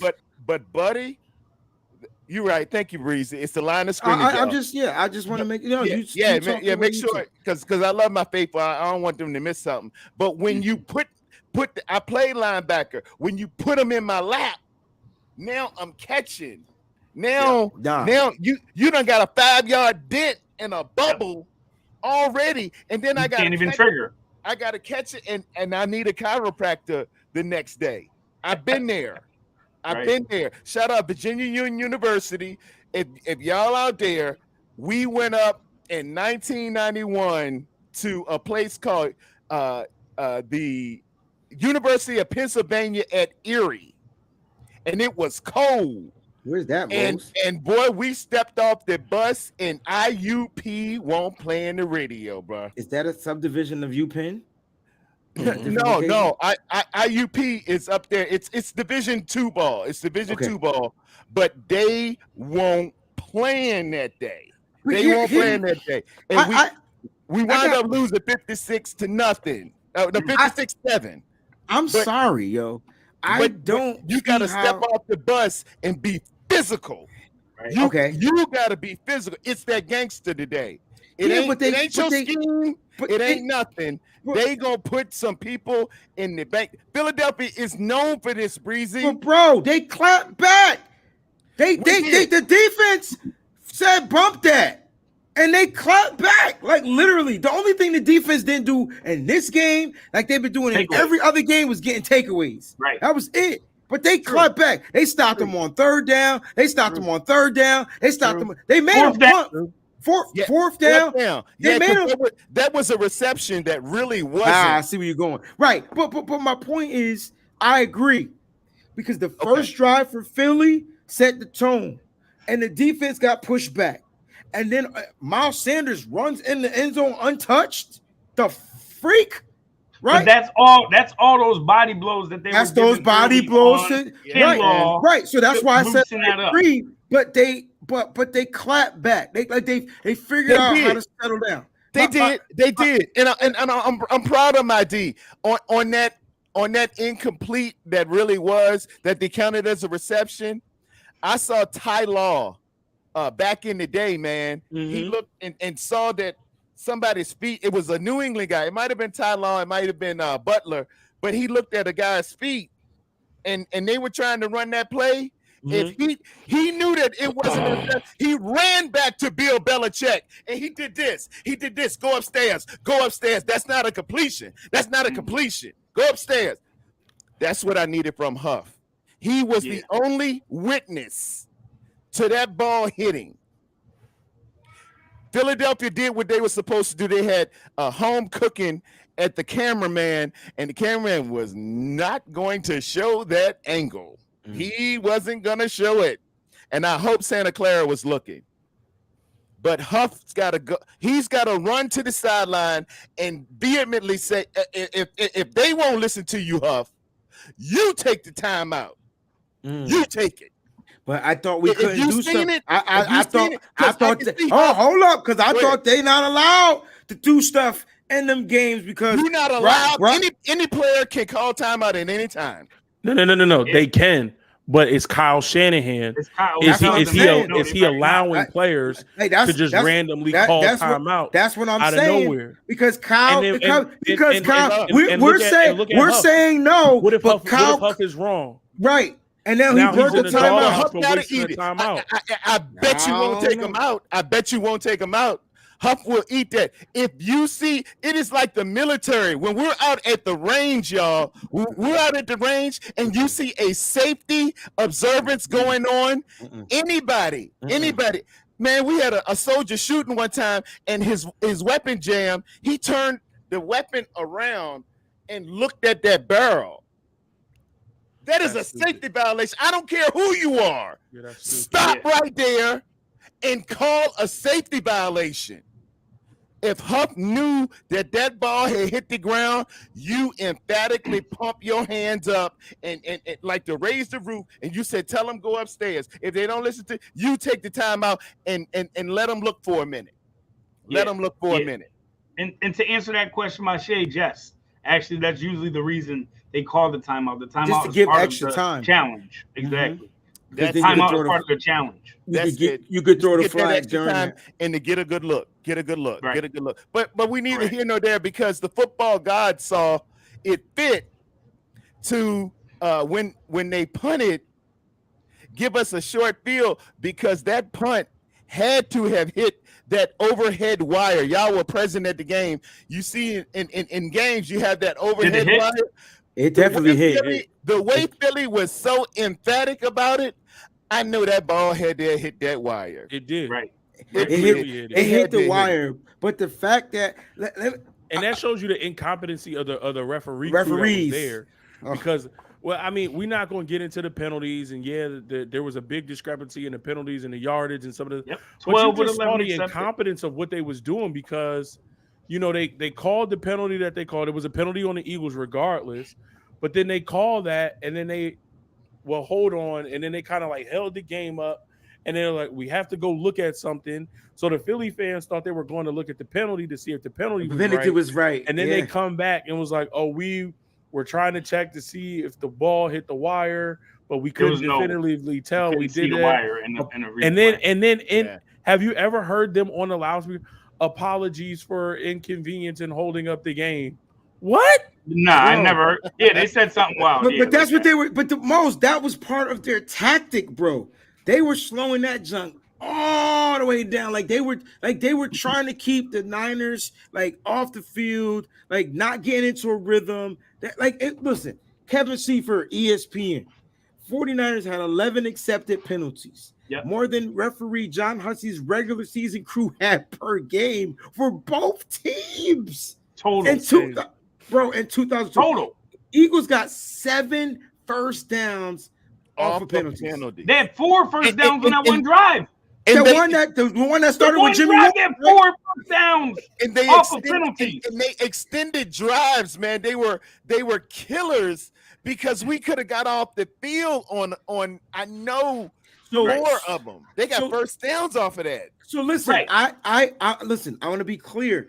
I'm not saying that the refs are the reason why we lost. That's not what I'm saying. But they're part of the game. But with the injuries that we had going, we did not need the refs to assist anything. But here's my thing. Here's my thing, right? True. Like people don't like to blame stuff on the refs, and I get it. but they're part of the game. And so refs can really control kind of like how games go, depending on what they call and when they call it, which I think is even more worse than what they call. You could call if the face mask on Dre Greenlaw was so incidental, but because it's the rule, they don't miss it, right? And so it's so weird how it did nothing. It didn't turn the player's head. It was like a finger going through the face mask as he was grabbing. That was a 5-yarder, bro. Which they took out of the game because that's they got what rid of it. did. I know. I get it. I don't get Jimmy. That's the whole point of the 5-yarder. Have y'all seen all the videos of Lane Johnson getting? Oh, bro, he was crazy. Oh, the false starts. I mean, I saw him live every time. I didn't need him. I didn't need the videos. No, I saw him live. me and Breezy saw him in the stadium. He was getting a jump. Yo, the dude was jumping. Single and the play. The one on the goal line was atrocious. He had 2 feet before the ball snapped. They could have called it at least once, Mose. Just send it. Hey, man, you false starting out here. We know you got a groin injury, but come on, man. He got 2 feet before the ball every snapped. Every time. Yeah. Look, let's wrap this up. Game recap. Niners got their tail whipped. It is what it is. We lost. It is. I know a lot of people, listen, a lot of you are looking forward to the future, what we're going to do. Let's just go over Brock Purdy's injury really quickly because a lot of people are saying that he's not tough. He's not this. I mean, the dude was really injured, right? And I kind of want to go through that. But just real quick, here are your top offensive grades of the game. It's like a big drop after CMC. Look at the numbers. Big drop. Huge drop after CMC. And it was all Tyler Croft should not be up there. He played less snaps, and because he only played 4 snaps of the game, it's per how that works. Here's your top 5. He only played 4 snaps in the game, and one of them led to just our pure demise, man. And you gotta throw Kyle Shanahan at that. But guys, that's a freak. Isn't that like a freak injury, kind of, sort of though? Like a lot of quarterbacks don't get hurt off of that. Like, you know what I mean? Because usually folks are hitting the arm and not the elbow. And not the elbow. Yeah. So, like, it just... it's the way he hit the arm and how the elbow twisted. Yeah, he kind of came down right on. The way his arm went back. Again, the UCL in the elbow is like the ACL in the knee. You twist it a certain way and that thing tears. He puts a lot of torque on this stuff, man. That's why he's so accurate. I study his aesthetic. I study Tom House and where he's generating a lot of that power. He needs to generate it a little bit more from his hip. That's coming, ladies and gentlemen. I know y'all think that he can't throw it downfield. It's just a matter of him doing. I think y'all seen Dak Prescott do that hip drill all the time when he doing that.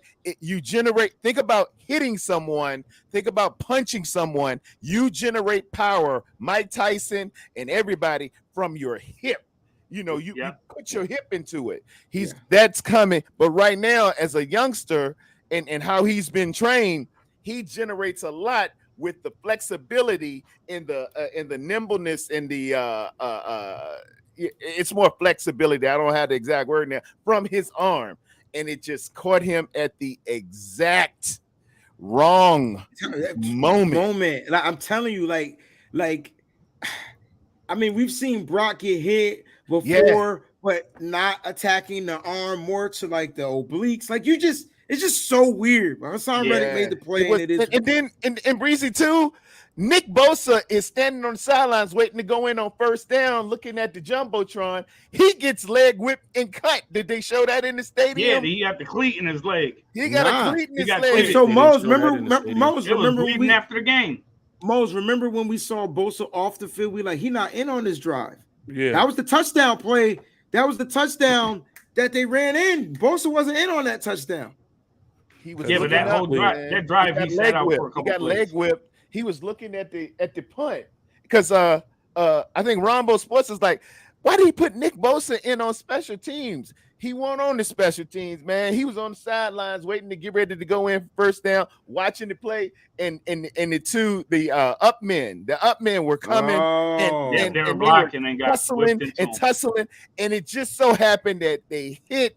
That's when we saw Nick Bosa. That's when we saw Nick Bosa kind of like walking gingerly, Mose. Mm-hmm. We were like, dang, he looked hurt.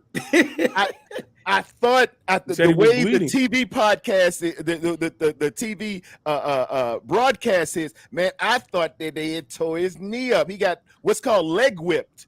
When somebody's legs just the leg could generate power of a golf swing, and it cracked him right in the calf, just below his knee.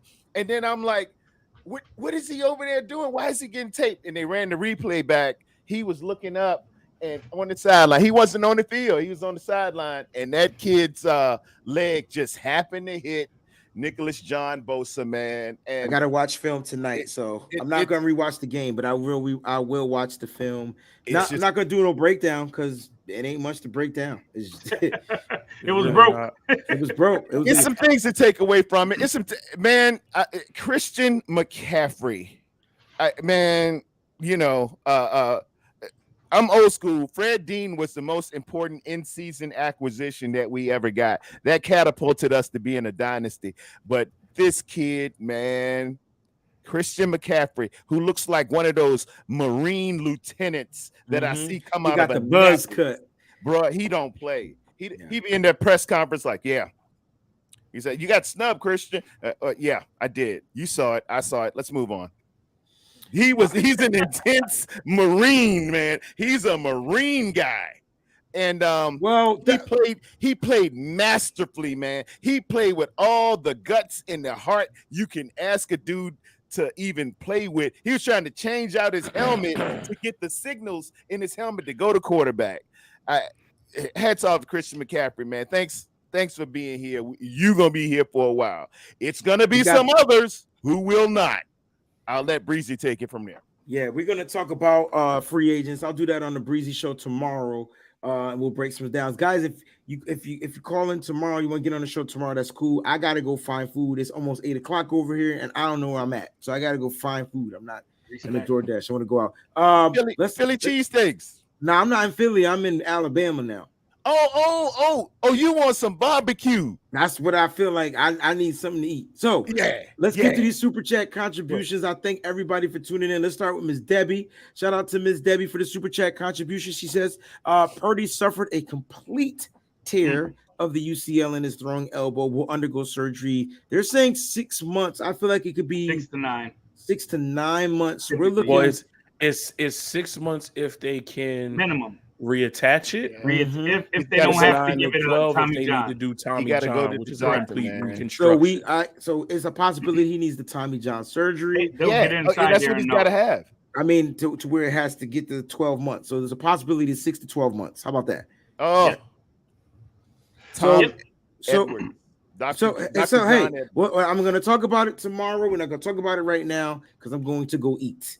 All right. But thank you, Ms. Debbie, for that contribution. Coach Cruz says people want to call Brock soft, but did those same people watch that kid take the shot on the first play of the game against Tampa and play the rest of the game? I just wanted to add that in there.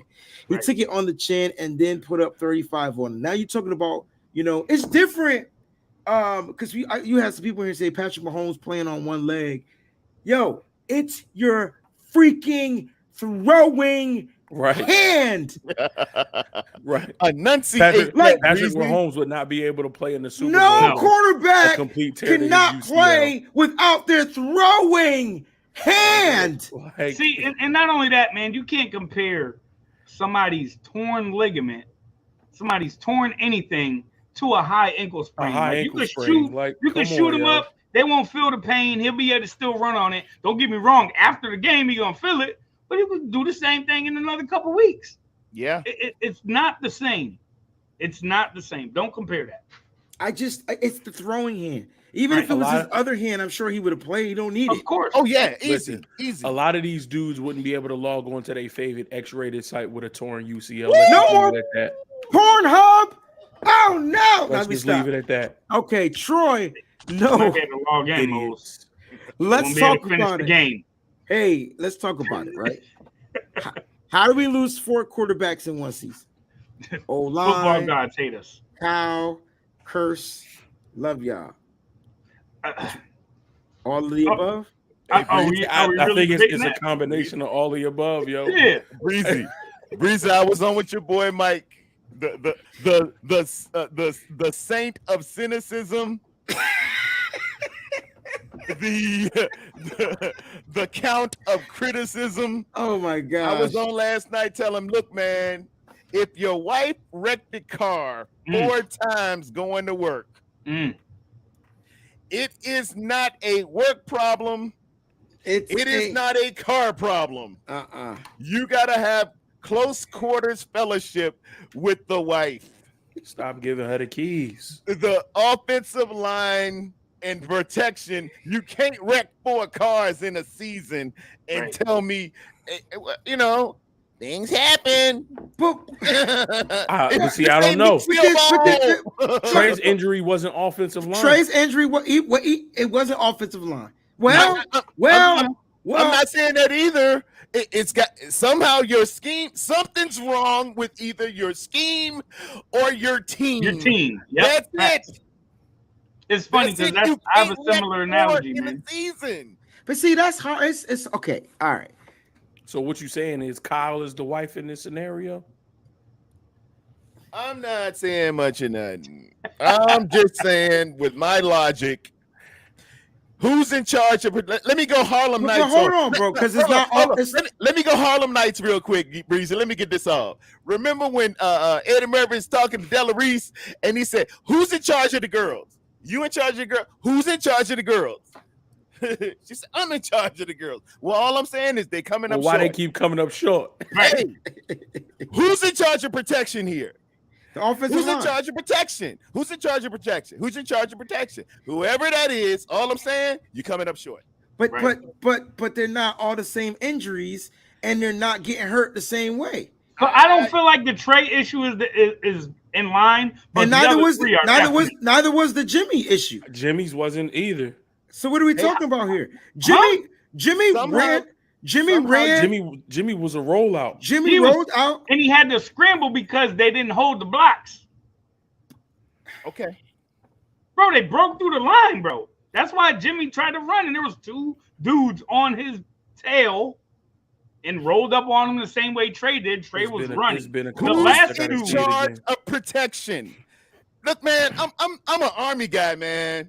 I'm a real non-commissioned officer. I don't have time for no equivocating. I work in 911. Either you get it or you don't. We're accountable. Who's in charge of protection? That's the SOB I want to talk to. Because 4 have gone down. Breezy, look. If we went through 4 presidents and they all get assassinated different ways, who's in charge of protection? Secret Service. I get what you're saying, but who's in charge of calling the protections and why are the protections that they calling wrong? Because saying it's on the offensive line means that it's always an execution problem, and we know that that's not the case. That's what I'm trying to say. The offensive line has played pretty well. We didn't expect what we were going to get out of Aaron Banks this year. We didn't expect what we were going to get out of Spencer Burke. Because we didn't know what we were going to get out of these guys. We didn't know what we were going. We didn't expect what we were getting out of Jake Brindle, and he's a Pro Bowl alternate. The only for certain we knew what we were getting was Trent Williams. Right. And Mike McGlinchey. You knew he was going to be trash. That too. Right. So right. And I'm looking at this Jimmy injury, and Mike is over there about to try to help Jimmy up because obviously he missed his block. So this wasn't a rollout. Jimmy definitely got because came in on the 4-man rush. No. I'm literally looking at it right now. So I seen Trey Lance go down and he ran off the field. The guy that rolled up on Jimmy was the defensive lineman from the left side, Jalen Phillips. And the boys. Right. So he came from the left side. Trent crashed down. He came from the left side. Trent should have blocked him, but the other guy was inside. And then McGlinchey's dude also was on his back. And landed on him. McGlinchey's dude landed on him, bro. McGlinchey's dude landed on him. 1,000%. Nah, Jalen Phillips is the one that got the injury. I'm literally looking at it, brother. No.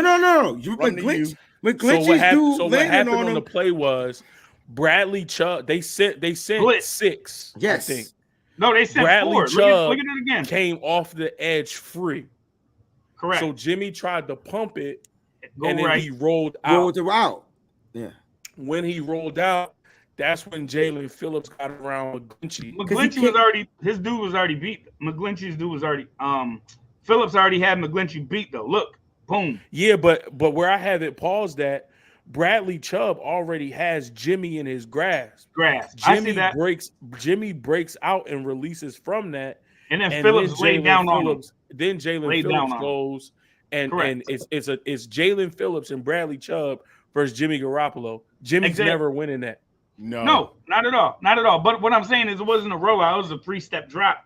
He tried to pump the ball because then he tried to get was out. in his face that fast. Right. So then he just rolled out because he was getting about to get tackled. Well, he should have just took the sack, and then he wouldn't have got injured. Or threw the ball. Well, my thing is on this play, right there. They got 1, 2. They only sent 4, Mose. Take a look. It's 4. I remember it, but I remember Phillips being the guy that landed on the back of Jimmy's joint. On his foot. Yep. Yeah. And that's what injured him. But the other guy, Chubb, was the guy that put the weight on it. That put the initial pressure. Yeah. Yeah, they sent 4, but they had 6 on the line. 6 at the line. Yep. So they disguised it as a 6-man and pressure. then they dropped 2 back. So one guy immediately drops out. Yep. They semi-disguise a 5-man pressure. Then the second guy drops out. Correct. So what you're telling me, we couldn't read that pressure and react to it. Center issue. That's not on the offensive line. That's on Jimmy Garoppolo. No, we just talked about that earlier. No. We talked about Purdy. We just had this conversation. We just had this conversation. So if we gonna talk about Purdy, I'm gonna need to override the coach and slide protections. Jimmy got to do the same thing. I thought we agreed that it's the center's problem. Yeah, I'm gonna concede to you and say Jimmy was on Jimmy. Okay, let's say that. What about Trey Lance? Well, Trey was a design I run. think that was a freak QB injury, draw man. up the middle. That was a QB keeper. Yeah, that was up the middle.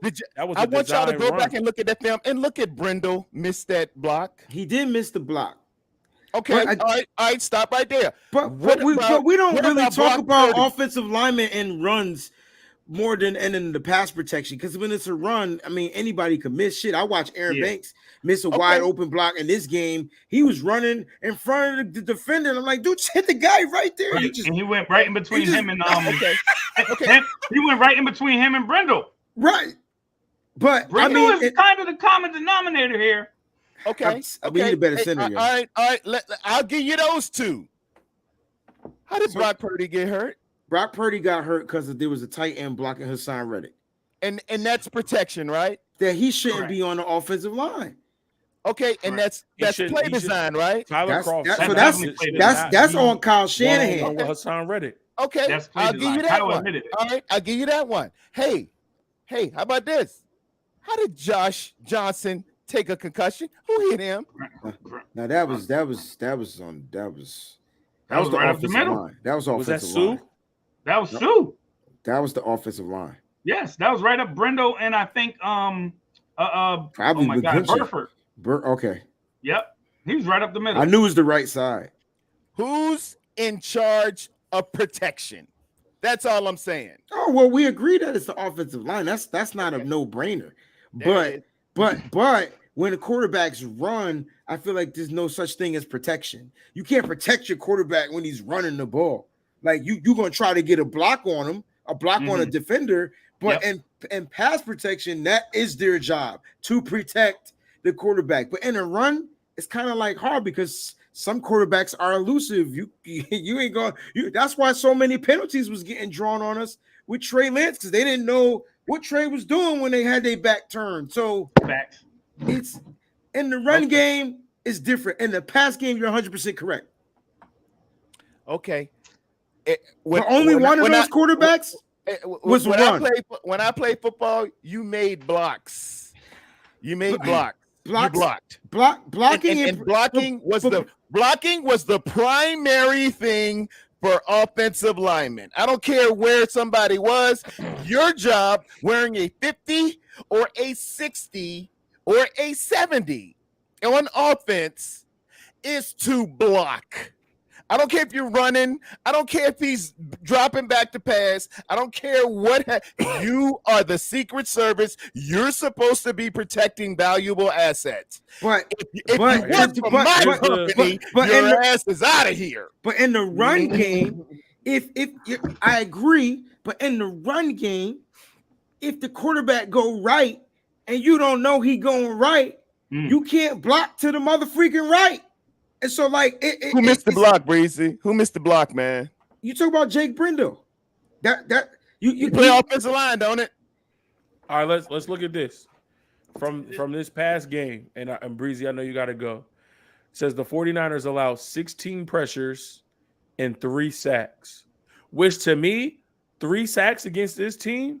That's not bad. That's not bad. Not when they average. Add context. Can we add context? Of course, how many times did we pass the ball? Because y'all do know we didn't pass the ball at all, right? We didn't pass the ball. We weren't able to pass the ball. And how many dropbacks did we have? We only had 18 dropbacks. 18 dropbacks, so 16 pressures. So there's only 2 plays that there was no pressure. That they didn't get pressure. And we got injuries on those. Now that's bad. But let's look at the breakdown. 66%. Let's look at the breakdown. Math is mathing. What you say the percent was? 2 of the 3 knocked out our quarterbacks. That's 66%. It was of the sacks. Yep. Oh, 2 of the 3 sacks. Okay. The 49ers allowed 16 pressures and 3 sacks against Philadelphia. Aaron Banks, 6 pressures, 1 sack allowed. He was Mike terrible. McGlinchey, 4 pressures. Trent Williams, 2 pressures. Yep. Spencer Burford, 1 pressure. Tyler Croft, 1 pressure, sack allowed. Jake Brindle, 1 pressure. Jawan Jennings, 1 pressure, sack allowed. Don't get me started on Jawan Jennings. I think they gave that Brock sack to both Croft and Jennings. Because if you look at Jennings, he's coming around and no. That was the Croft sack. The Croft sack was the Purdy injury.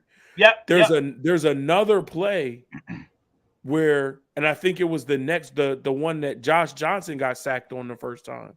Okay. Where it was Hassan Reddick again, and that was the one where he fell on Josh Johnson and ripped the ball out. They was trying to get another fumble. They tried to get. Was that the one they did? That's the one they gave to Jawan Jennings. Naked bootleg, and he just ran right into the sack. He ran right by. Yeah. Yep. Now, but there was but on that Brock injury, Jennings is coming down, and I'm looking like, why didn't he crash and chip to help Croft? He just went around. I'm trying to tell you somebody like he was looking for a pass. I'm trying to tell you somebody was supposed to chip on that play. Yeah, that's if what you I'm, look that's again what at I'm that saying. Brock injury, you'll see what I'm saying. Mo. That's why it looks like he ran around where he should have came straight down into the block, and then he could have kept on his. If he's the outlet, he could have stayed on it to the right side. He basically ran behind. So even if Brock would have threw it and it was an incomplete pass, that would have been a fumble. You're never supposed to go behind the quarterback. Jennings is not on the field on that play. Look at it. He's coming down around. Side. He's coming around. Somebody should have motioned. That's Debo that's running behind Brock. Is that Debo? Yeah. That's not good on Debo. Well, Debo never. Yeah, but Debo was running the end around. He was running the end around. Action. Okay, yeah. He wasn't supposed to chip him. Yeah, that's why I thought that the motion should have shifted the other tight end, and you load up double on that side. Yeah, we were unbalanced, so we had 2 wide receivers to the left of Purdy, and we had 2 tight ends on the end of the line. So who was Kittle the other the one that goes out for the pass? Went out for the pass. And then Croft stays in, and he's supposed to block Reddick. But Reddick beat wait a minute, Mose. It was McGlinchey, Kittle, Croft on that formation? On the right side. McGlinchey, Kittle, Croft, and nobody to the right side. It was McGlinchey, Kittle, Croft all in tight. Kittle goes out for the pass, and Croft stays in the block. Hassan Reddick, who gets him with a simple-ass arm over. A move that I do on my wife in the kitchen. That's a DL at his heart. God bless you, man. Yeah, I've been crossing mine. I played basketball. And why would you design something up to have our third string blocking tight end against that's my biggest thing. Not only is he third string pass rusher in the game, it's not even Warner who actually blocks. Look, Reddick had 16 sacks. Nicholas John Bosa had 16.5 for the regular season. How would we feel if they put a third stringer against Nicholas John Bosa? How they at one point they triple team Bosa about that team? What would we say about a team that they triple team Bosa? I know, Mo. Just get into the scenario real quick, and I want you to look at the abstract.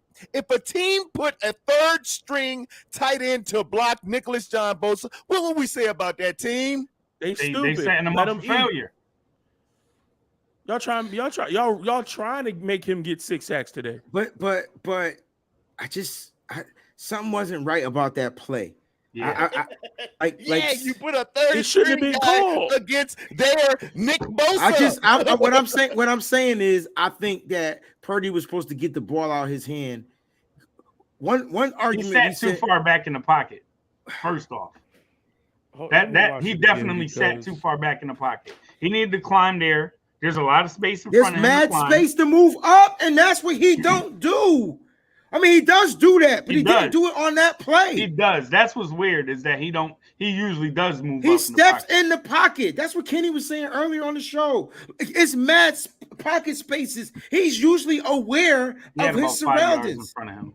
No, he only had Trent was right there. He only had like a step or two. Bro, if he moves up, got pushed back. Yeah, but if he moves up, there's a lane right in front of him, bro. There's a lane right in front of him. No, because it's like you said earlier, McGlinchey got beat by Fletcher Cox. So I mean, he could try to take that lane, but he's going to get smacked, bro. If he moves up, watch the slow motion replay. I'm watching it now. He's got 2 yards between him and Trent Williams. Yeah, he has that lane there. There's a lane. But he doesn't have that lane to step up and pass. If he takes that lane, he's got to win a foot race between him and Fletcher Cox. That's not a lane for him to step up and make a pass. He's got to take that lane and run. He can't step up and wind up into a throw because he doesn't step up. He doesn't step up. He gets smacked by Hassan Reddick. If he does step up and try to make that play, he's getting smacked by a 320-pound grown man. Bro, when he's at the 41-yard line, that's where you stop it. You see Reddick already beat his dude. If he steps up right there, Trent, dude is going outside. McGlinchey will probably actually block both Reddick and whoever he was on. If he steps up, bro. No, you trust McGlinchey to block both of them? He's gonna walk them in. They're gonna run into each other, bro. No way. Reddick just literally ran around the corner. He didn't have to do nothing. If he had to turn where he was at, he would have ran into his own dude. Bro. Like literally, he do that move he did in the kitchen. Hassan Reddick did not have to work for that sack. No. That was easy peasy. That was easy money. That's what I'm saying. But that's why it was so fast, because he didn't have to work with it. As soon as he got that arm over and was around Croft, it took him 2 steps.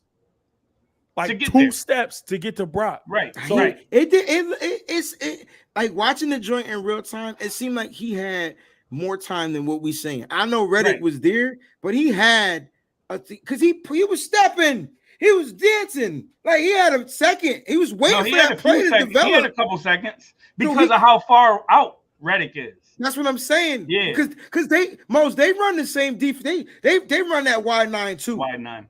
They just got that speed. Like Hassan Reddick is what D4 was supposed to be for us. And we just ain't got that this year. That's the difference. I mean, we paying him. We paying him next year. On that right there, where's he stepping up at? There. It's right before that. You got to back it up maybe a second. You'll see. There's a lane right there. If he read the pressure, there was a spot he could have just went through. Guys, pushed up, to me, that's as open as that lane is going to get. He still step up and ran. Men of God, I work in 911, man, and we got 1 minute to get the My mom police, did that for the fire, 28 and the years. medical to you. God bless. 1 minute. 1 minute if your house is being invaded. 1 minute if your child is choking. 1 minute to render CPR. 1 minute to get it turned and burned, to disseminate and discern what's going on with you and what you need, fire, medical, or police. And I got people, bosses that will come in the next day, pull a recording and say, well, you could have did it this way. You could have did it that way. They don't want to hear it when that car is burning and your child is burning inside of it. They don't want to hear it when that building is going up in flames. We will handle it in the moment. I'm the most what would you call it? Monday morning quarterbacked that there ever will be. And I'm telling you, man, hey, you gotta just respond. You gotta be able to foresee some things happening before they proceed, because like Mike Tyson would say, everybody got a plan until they get hit. And when you getting hit at the moment, we can go back and do it frame by frame and say, well, he could have did this and maybe that could have happened. Man, no, it don't happen like that, bro. That thing is moving fast and furious. The average play in the NFL takes 6 seconds. 6 seconds. You can time it with your watch. 6 seconds. 6 seconds. In 2 or 3 of those, you got decisions to make and blocks to get. I don't want to hear about all of this. I need nasty on my offensive line. Breezy, you down there in Mobile, Alabama. I want a tackle who's got the feet of Fred Astaire, who's about 6'5" and 310 and can sink his hips like he's on Magic Mike. And he's got the paws to knock you in the middle of next week. That's what I need. I don't need Mike McGlinchey, who looks like Jazzy Jeff being thrown out of Uncle Phil's house. I need nasty. That's what I need. Find that. Find that. Yeah, I mean, let's get into these super chats, bro. They're gonna have to only pay had me. 2 receivers out on the play. Yep. Which was Kittle and Ayuk. We took Debo out of the play as a decoy with that that fake end around. And McCaffrey was in front of him. So wait a minute. But when McCaffrey should have released that ball, he had 2 Eagles on him. But wait a minute. So how so you're saying that Debo was the decoy to the right? And nobody ran with Debo either. That's what I'm saying. Can we pull it up on YouTube and just slow it down? Not if it ain't all 22. No, we sure enough can't. Yeah, we can't. It'll get flagged. So I get it. What I was trying to say was maybe Kyle thought they were gonna bite on Debo. Yeah. He keeps the end home a little bit. Maybe that's what but Reddick was like, I'm just getting to the I see food. Yeah. Why what am I bite on Debo for? And then we should have handed it to Debo. He should have threw it over. Or he could have threw it over Reddick's head to Debo, like a little short little joint. But here's the problem. This is why I say it's a Kyle problem. If you look at the play, because there's only 2 receivers out on that route, Brock isn't even looking to see that Reddick is coming to kill him. Yep, he doesn't even. He's looking to that see other side if of the Kittle. field. He's looking to see if Kittle or Kittle gets one way. PA is getting open. Yep, but why wasn't Debo an option? He probably was the hot read. He was the decoy in the play action. He shouldn't have been a decoy. Yeah, if neither one of them got open, he probably was supposed to dump it off to Debo, but he had to wait for them to break, and he didn't have that time because Reddick was around the corner fast. I'd have threw that junk right toward Debo's foot if he was an option, like you said. Nah, Debo was behind him at that time. So then it would have been a fumble. Yeah, it would have been a fumble if he didn't complete that pass. Yeah. So Mose, what you're telling me? We were in max protect. We were in king. We had max protection. Everybody's home. 2 in the route. We had 6 in the block. We had 6. We had the 5 offensive linemen plus, and then the Titan. Okay, that's queen. 6 to protect. And 2 in the route. That's queen. But I don't understand. I just wish it could have been why we had Brindle and Burford double teaming Linval Joseph. No. Slide. No, we did. Because the way the protection was slanted. They're trying to sell the play action. Yeah, the way the they're trying to sell the play action. Right. They do that every time because if they're gonna do that and it's a run, they're gonna double team him for the cutback lane on the right. So that's definitely part of the slide. That makes sense. But we just got the ball. I know. And at this time, Brock was 2 for 2 for 19 yards. That's why we didn't do anything to establish the run to even go to the play action. That's why I said that so we he should have runs, just been running the ball. So Kyle calls the play action, and the Eagles team didn't bite. Yep, because we weren't running. It was like one of their keys in their defensive meeting is we know this team likes to run the ball. They like to run the ball to set up the play action. Don't bite on the play action. The linebackers didn't bite. The safeties didn't bite. That's why I said I didn't like the front four that rushed. I didn't like the play action. Period. Like it should have been play action. Just do a drop back and have somebody cross the middle. It could have been a drag route. Could have been anything. Just don't fake the handoff to the running back. Like and then the personnel sucked. Like it wasn't the right personnel. Like at the end of the day, on that play, that's a Kyle Shanahan play that failed. Yeah. And he don't like to take his fails, but that one failed. Terradome, you said the first play of the game, Kinlaw gets pushed back 5 yards off the line of scrimmage. Yeah, and Warner gets that stinger, man. That's what you talked about earlier. Let me read your other one while you here. He got bullied all day. Oh, you talked about the wire. You got up here, man. Appreciate the contributions, man. Let's get to Miss Debbie's second one. She says, with the NFL falling under the title of sports entertainment, why are they trying to copy off of Wayne Breezy Entertainment? Do you feel games can be fixed or influenced by the betting in Vegas? Now, if you guys remember, Vegas put out this thing like before the game. And like it was like 2 weeks ago, like the 49ers will not make it or win the Super Bowl. But something like the 49ers winning is Vegas's worst nightmare. Worst win, right? And so, that's coming back out to the forefront. What are your thoughts on this? Vegas never loses, bro. The fix may not have been in for our game, but I feel like after Purdy got injured, they tried to make sure that it finished that way.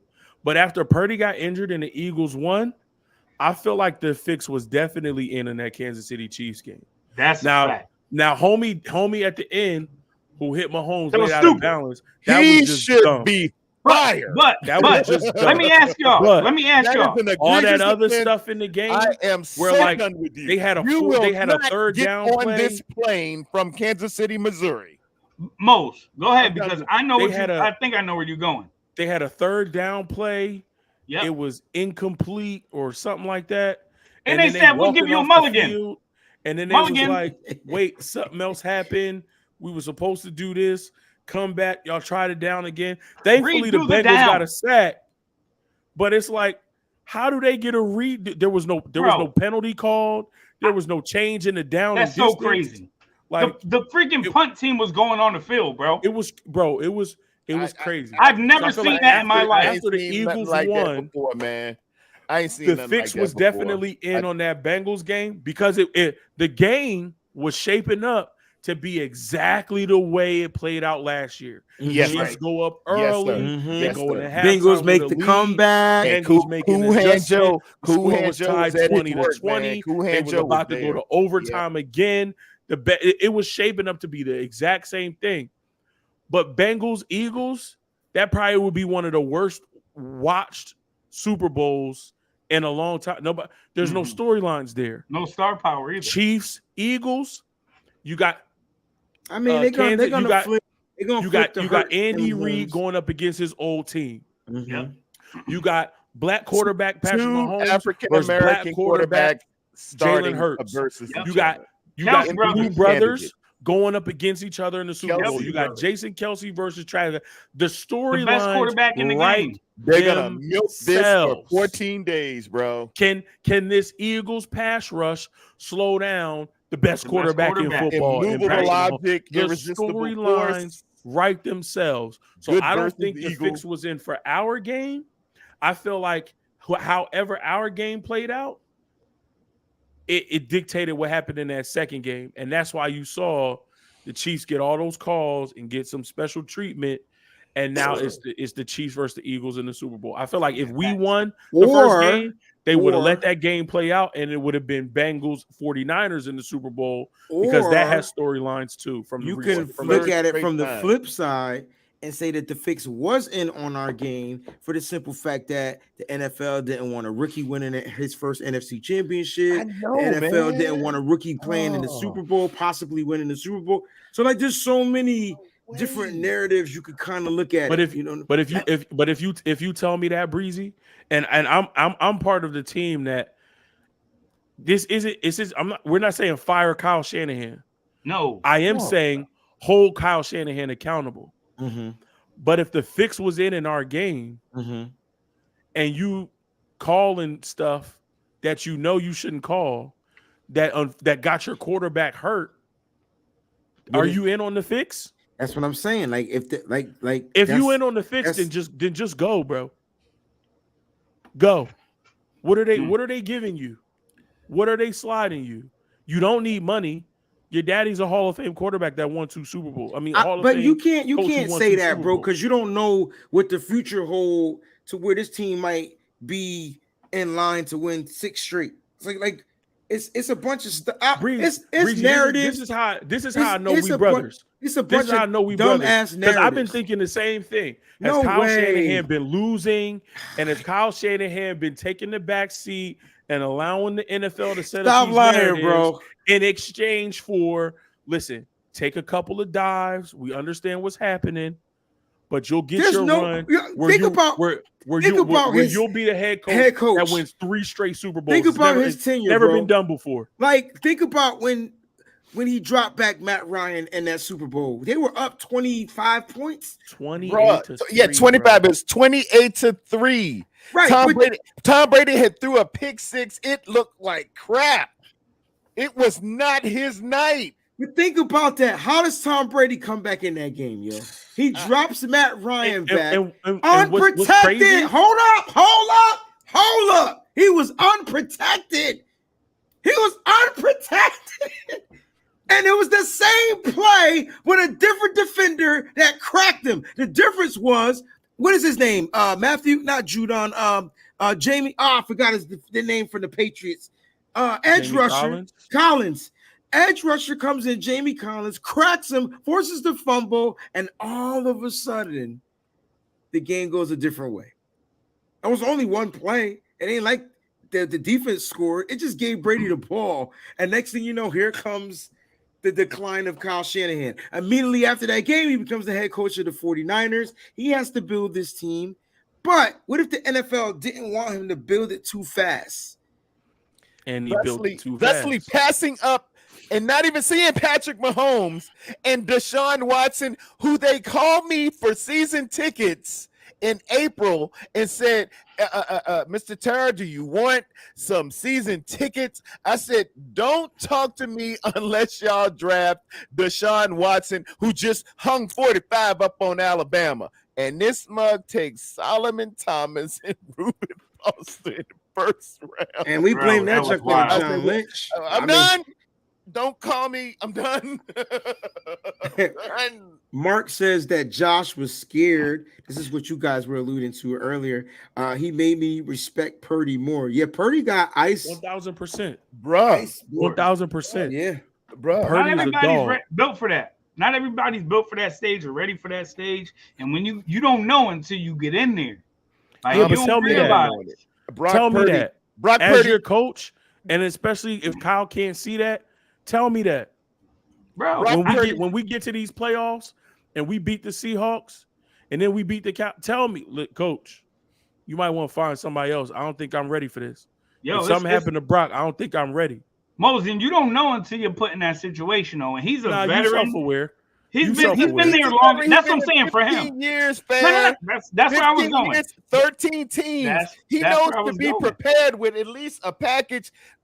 And this brings the validity of the moment of Brock Purdy, man. When you just saw Jimmy G go down, this kid was ready, and Kyle had the playbook open for this guy, man. He was ready, poised, arm angle, staring down hitters coming at him, holding to the last moment and hitting stuff, man. That it just Josh Johnson's only purpose was to show us the true defining greatness of one Brock Purdy. That's what he did more so than anything else. That was a third stringer that you saw out there in Josh. What Brock Purdy did this year, man, I was, like I said, shout out nothing but Niners, Mike. He was just arguing me down about he ain't had the greatest rookie season ever as a quarterback. It was Ben Roethlisberger. First of all, you're comparing him only to a future Hall of Famer. And secondly, his way and his season was better than his percentages was better than Ben Roethlisberger. His stats was His stats was better than Ben Roethlisberger. His average was his better touchdown. than He had Ben more Roethlisberger. touchdowns. Like he was throwing with less games. And he still had a 90 passer rating because he was 4-4 with no incompletions. But they was just 23 yards. Amen. Glory to God. Psalms 23. The Lord is my shepherd, I shall not want. Go ahead. Rome 33. Why call such long developing play action plays so early against a top sacking squad? Yeah, we hadn't even established the run game. This is what you guys were talking about earlier. Thank you for the contribution. Like we can't figure that out, Rome. We couldn't figure it out. Like why weren't we just running the ball? Like the team is suspect against the run. You could run up the middle, you could run to the side, you could run sideways, diagonal, just run the goddamn ball. Yeah, man. And That's Kyle, what we get heavy Christian dose. McCaffrey. It was a shock to me that Elijah Mitchell was a scratch. What happened? Did y'all hear about a groin injury early? Yeah, he was hurt earlier. He was questionable all season, all week. He was questionable. All week, But questionable and doubtful, I thought was the distinction of the two words. I thought if he was doubtful, he was I thought he was going to play. Yeah, I said questionable. So we like, and bruh, men of God, we have probably on the bench. Jordan Mason is every bit the physical natured beast that he's a mini that would wear down somebody. How can you not use him? Yeah. In this, it's got to do with trust. Trust. Just leave it at that. You trusted him enough to keep him on the roster, but you don't trust him enough to use him. Because Mose, you don't want nobody else to get him, bro. So it's coveting what you got because you don't want nobody else to get that cat. Ain't nobody else gonna get him. It's the NFC Championship. It's the Super Bowl. I'm just talking about on the roster. He's just talking about keeping him on the roster. I get that. You don't want nobody else to get him, but you're not using him. So you wasting his youth. You wasting his talent. But y'all have seen time and time again. What are you stashing him for? You stashing him for next year? Yes. Yes. Exactly. Okay, but what if you find another running back? He would have only been utilized most if Christian McCaffrey got hurt. Yeah, and y'all know for a fact. That's what I was going to say, Breezy. I'm just telling you, that's not. What it is. We're just talking about what actually happens. We know that Kyle uses these type of players out of necessity. Mm-hmm. That's the only time that they get their shot. Especially them young We all kids. know that. We're not saying that it's right. Man, that's just what it is. Look, hey, my dad, man, God rest his soul, was an NCO's NCO. He was in the Army. He used to inspect various BNOCs, which is basic non-commissioned officers, schools and academies. He would walk up on an academy and see a guy just chilling, not doing nothing, and messing up, man. And the guy would snap to attention. The dad would say, he said, no, you're doing all right. You're doing what you're supposed to do. Show me the SOB who is your commander. That's who I need to talk to. I need to talk to your leader. When mistakes are being made, when sorry people, when personnel moves are being made and you blowing stuff and your offensive line ain't quite right, show me the SOB that hired you. That's who I want to talk to because leadership starts at the top. Somebody's blowing it. We got all the pieces we needed to have. We got everything in that backfield, and this equivocating for Kyle Shanahan. He's saving his plays. He don't want to bust them all out in front of him. He's saving it like a pack of nail-laters on a playground. But guys, this is the Super Bowl we're talking about, Breezy. It ain't that. As Avon Barksdale would say, it ain't that. It's this. Go ahead, Breezy, because I know you right where I'm at. the quarterback got hurt, man. After that, we was up for winging prayers at that point.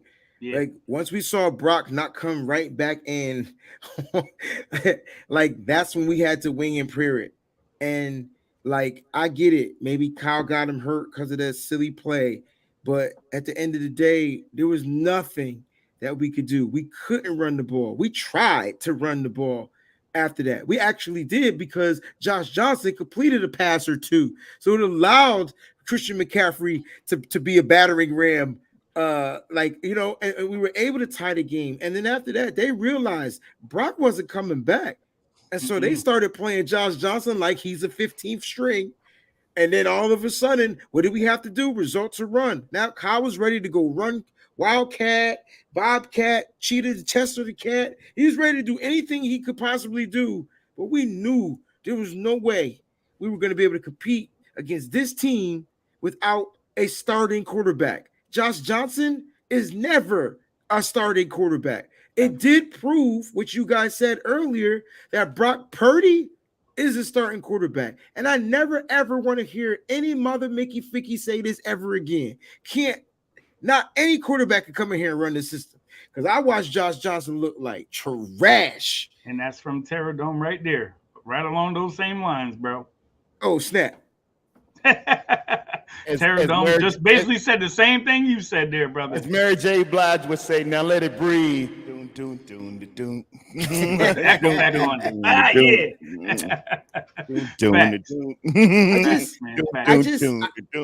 I know you like that one, Breezy. That's one of the best baselines ever.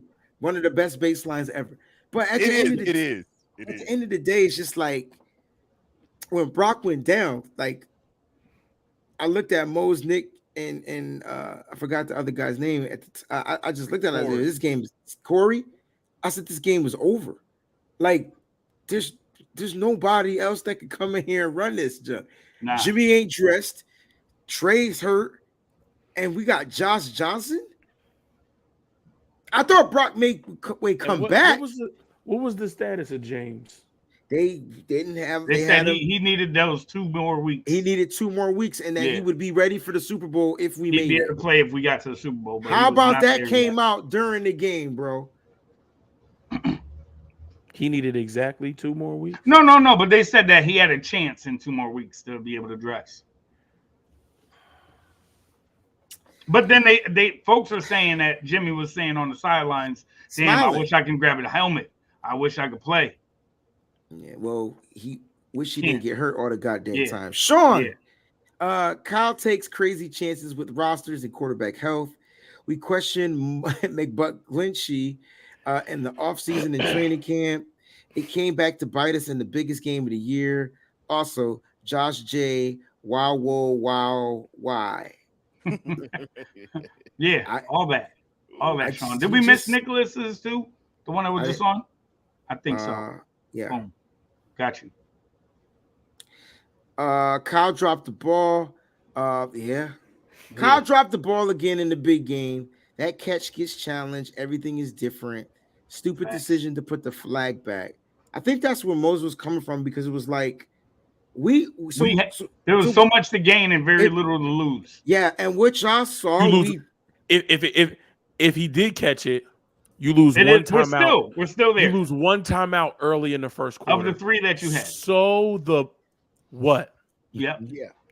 Mm-hmm. But if you throw the challenge flag, and if it is overturned, you just stopped the number 1 scoring passing offense on their first drive in their own home, made a great defensive play on 4th and 3. And you know what that not only does it change getting 7 off the board, not only does it give them momentum, but that also makes them be a little bit more hesitant for anything 4th and 2 or longer. And if 4th and 3 or longer. If it's 4th or 1, we know they're going to QB sneak it. It was a 4th down. We know they're going to QB sneak as a turnover on downs. I count turnovers on downs. You've turned them over. Correct. You've turned them over on a short field. You got it. Yeah, that's it. Yeah, man. Shout out to Corey. Mose Breezy, what's good? Pleasure to watch the game with you guys. It's still Corey, my man. What's Niner good? game. Oh, that was Corey. Yeah. Yeah, so he was in the building with y'all. Oh, yeah, we had a great time. Dope. But we were sitting there trying to figure out like what we were gonna do. Corey looked like he can go in and play football. So maybe he should have just got dressed and maybe he could have played quarterback at the time. Because it was Really? it was He was a beast. He was a beast. Yeah, man. I thought he could go suit up, but it was once we should have got homie who won the arm wrestling contest. Once Brock went down, guys, I lost all hope. Yeah. I'm not even gonna stunt. Yeah, I was there to watch it, and then Mo's 6 minutes left in the fourth quarter. Bro, me and you was just laughing, bro. Every penalty, every score. It beat them was games, just laughing, man. bro. I done been there, bro. So basically, Mose, what you're saying is y'all were on y'all Jimmy G? Pretty much. Yeah, man. Because what else could we do? And that's why I'm not people like look at him with that smirk smile on the sideline. Like, bro, I was in the stands laughing. Like, it was just laughable. Bro, it was laughable. You had trash talking from the top, trash talking from the left and the right, and from the bottom didn't really talk trash. They was mad respectful because they understood football. That's why most keep saying I like to talk to people that know football. The moment that Brock went out, they knew what time it was. It was time for them to peel their ears back, stop the run. How many in the box? 7, 8, 9. 9. It was 9 at one point. They just somebody lined up on that. Debo, somebody lined up on BA, and then 9. Debo had 6 carries for -9 yards. Yes. That only happens when you know that they're running. When you see Debo in the backfield, that only happens when you know that you're running, and in your game plan, you say, let's get after the quarterback and let's shut down Debo Samuel, because that's their offense. I don't think it's sometimes you out of bullets, man. Debo, all those Debo you were out of issues ammo, you were out of sustenance, and you just out there right now. When Christian McCaffrey is trying to change the helmet so he can hear plays, it was like going to I don't know if y'all ever go to your kids' recitals or kids' plays, and they supposed to be singing it, and the set is falling down, and, and the music ain't right, and they forget their lines. And one kid farted. It's just a bad day. Right. This ain't gonna happen right now. We needed that little kid that was in the 49ers jacket with the at the Christmas party. Yeah, we needed him. I love that boy. He was going in, shaking and everything, man. Yeah, he was doing it all. Dude, man. Word up. Big shout out to Randolph. Our defense wore down because all of 3 and outs from the offense. I mean, that's a fact, right? We all could agree that it's demoralizing when you shut down a team, they punt the ball, and your offense does absolutely nothing, and you have to get right back on the field. Mm-hmm. Like 4 times in a row. Warfare, you punt it and then have to come back because there was a roughing the punter. Oh, yeah. That's even worse. That's even worse. So I just a guy who's just here must be an Eagles fan. Shout out to all the Eagle fans in the chat too, because he is. So I thought y'all were gonna run on us all day anyway.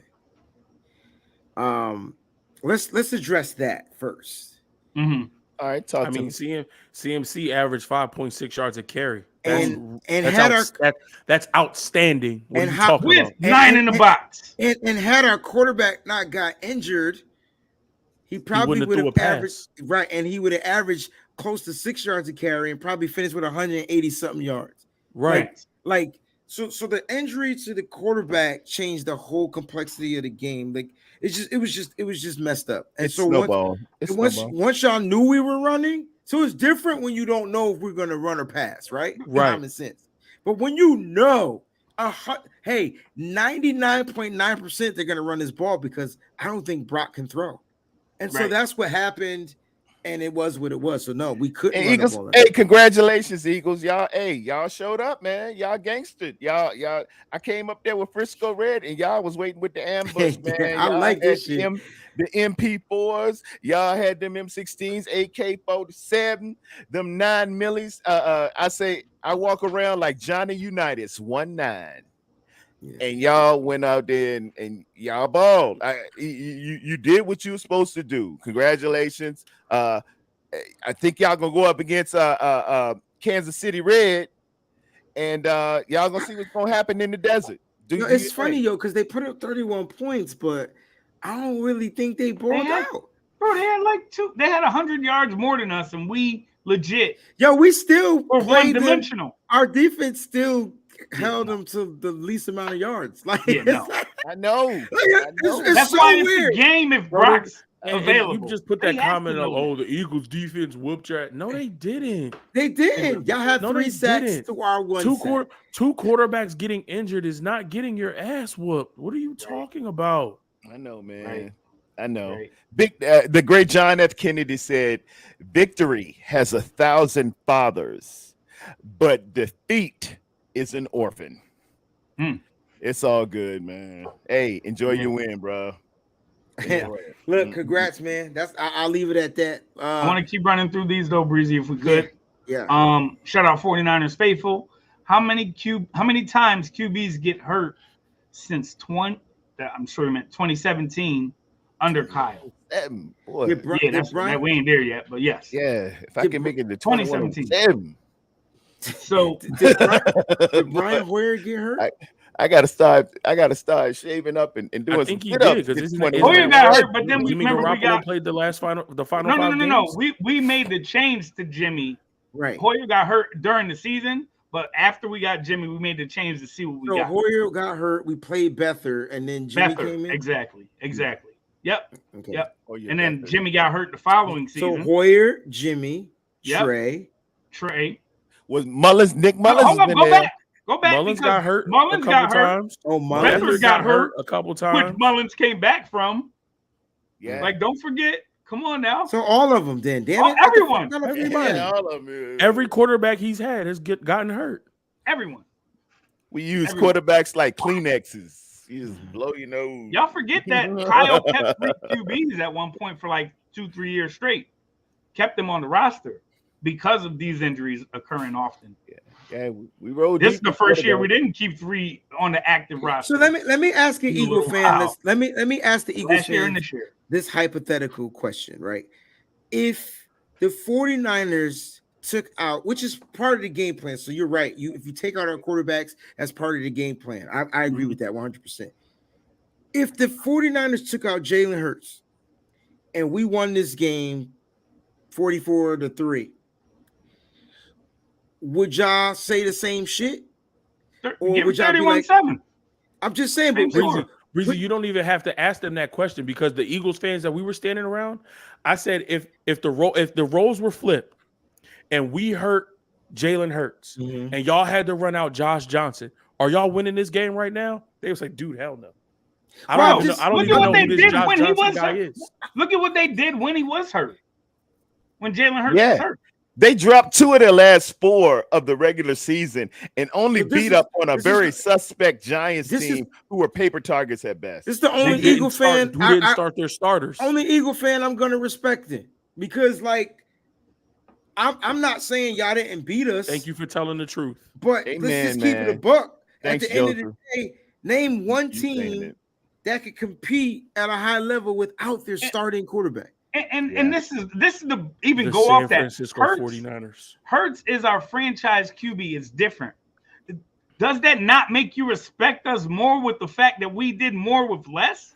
We're on our 3rd option and are here in this big game against y'all, and y'all still talking crazy like we didn't just come through the fire 3 straight times. It's only so many bullets you got in this gun that's actually gonna go off. He's saying it was your 3rd stringer, bruh. Yeah. Be careful on what you call somebody. Be careful on a label because God is able. But I think We'll what see you Fear soon. is I think what Fear is I'll get saying back is with you. you're saying that it's our third stringer, and so we were competing against y'all dominant ass team with a third string guy. So that's what he's saying. So like it is the same. And but even with that, Breezy, we're not saying him being a third stringer was an excuse. No, we're not. saying if our third string guy was healthy, this game is way more competitive than it looked. That's all I'm saying. We lost 31-7 because if we would have there was no quarterback. Here's what I'll say. And Eagles fans, y'all are so delusional that y'all probably won't even understand what I'm saying. Had Brock Purdy not gotten hurt and we would have lost this game at full strength, then the conversation is simple. Oh, yeah. Y'all whipped the our Eagles ass. were a better team. Yeah. Y'all made more plays than we did. Facts. Point blank, period. But the game plan was different. So it was like, all right, it's hard for me to say that the Eagles did this and the Eagles did that, but they did put up 31 points. I get it. But there's context to it. So it's more like, all right, let's talk about how y'all got those 31 points, because it damn sure wasn't any throws into the end zone from all the dynamic wide receiving weapons y'all got. Nope. None of that. From that 151-yard passer. A.J. Brown had 4 catches for 21 yards. So at the end of the day, yards, you guys. And Devontae had what's his name? Devontae Smith? Devontae Smith had a fake catch. He had 2 for 36. His longest being 29. So his second catch was only 7 yards. But all I'm saying is this, right? Y'all got the win, and it's respectfully y'all did. Respect. Because what Mo said at the beginning of the show was on point, right? Y'all took advantage of the weaknesses. That's what you do. It's a game of chess. If we missing our king or our queen, y'all better go get the king. Y'all did that. Yep. And so at the end of the day, like, y'all took advantage and y'all won the game. We're not talking about that, but don't sit here and act like it wouldn't have been different if we just had a starting quarterback. That's it. That's all I'm saying. A starting quarterback. I don't care if he was first string or second string or long. If he was the starting quarterback, starting caliber quarterback. And that's what Brock Purdy proved that he was.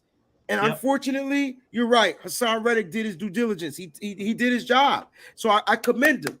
But damn, the way we're looking at it is, why was Hassan Reddick left one-on-one with a second string tight end who's not even a top black and tight end in the league? And so that's what we're asking ourselves. Y'all took advantage of it. Congratulations.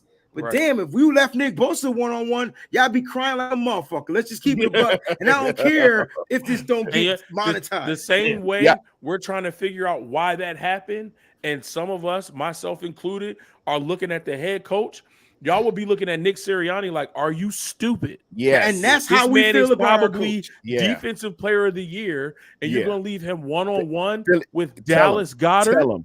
Tell him, preach. You're going to leave him one-on-one with whoever that's all we doing. Tight end is. Billy, I done seen y'all when you lose a championship. I seen how you will turn on people. Y'all booed Santa Claus. Y'all got some nasty with you. Y'all would have been burning jerseys and saying all types of stuff in the streets. I hear your radio messages and stuff. I see how y'all treated Jalen Hurts his rookie year. I see how you booed Donovan McNabb. We're not even talking about his rookie year. Ran Andy Reid out of there. I know who you are. We're not even talking about his rookie year. I'm standing there in the stadium and I'm looking next to the fans and I'm like, y'all didn't even like Jalen Hurts last year. No, because this year he was either going to do something or be out. It was put up or shut up. I said, y'all didn't even love Jalen Hurts last year. Y'all wanted him going last year. Y'all was like, oh, the Eagles got 2 first-round picks. We need to trade up and get one of the top quarterbacks in the draft. We need to go get Bryce Young. We need to go get C.J. Stroud. Y'all didn't like Hurts last year. Now all of a sudden he come back have an MVP type caliber season. Oh, Jalen Hurts is a god. Yeah, We love look at that. Jalen Hurts. Look at that. Jalen Hurts is the Yeah. man. I'm inviting Jalen Hurts to my wedding. Jalen Hurts is coming to my barbecue. Yeah, their fans are nasty. Jalen Hurts is kissing babies. And Listen, shut up. what they did to Ben Simmons is unprecedented, but that cat quit on the team, so I ain't mad at the fans. It's so different. Yeah. But that's still kind of I crazy. ain't mad, but y'all was tough Yeah, on Ben Simmons is a bum. Yeah. Super Yeah, bum. Like, how you Bro, just stop playing football, bro? Like basketball. I can't even say the right sport. Like, how you just quit? Like, I mean, I don't know. Would you say, Mo? Say it again. Ben He's a Simmons bum. is a bum. we can talk about it with this next super chat, right? Oh, Shout out to gosh. Terry Middleton. Ken Law needs And speaking of bum, we need to get whatever we can for the kid before it's too late. You ain't He's getting just not Hold that on, guy. Terry. Terry, Ain't what no, are you doing, Terry? yo. Nobody's giving up anything for this kid. Hit reverse, Terry. Hit reverse. it's So, 1 point every minute, Breezy.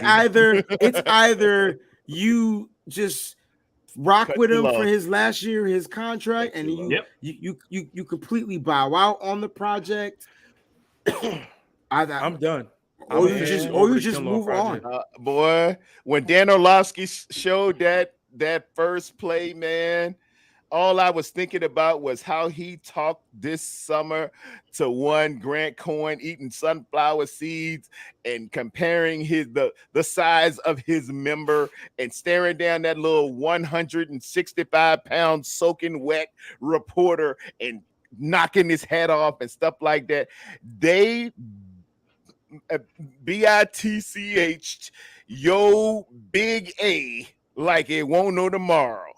And if you did that in front of me, if I'm the linebacker, I would have grabbed you in the back of your jersey like a kitten and said, "Get this SOB Get him off the field, out bro. of here. I can't use let Kevin Givens play more snaps. Yeah, man. Let T.Y. McGill get more snaps. McGill. Yeah, man. Like I'm officially done. I'm officially done with the Javon Kinlaw experiment. I don't agree how Grant Cohn handled that whole situation. No, me either. And antagonizing the situation. Yeah, that was the issue with me.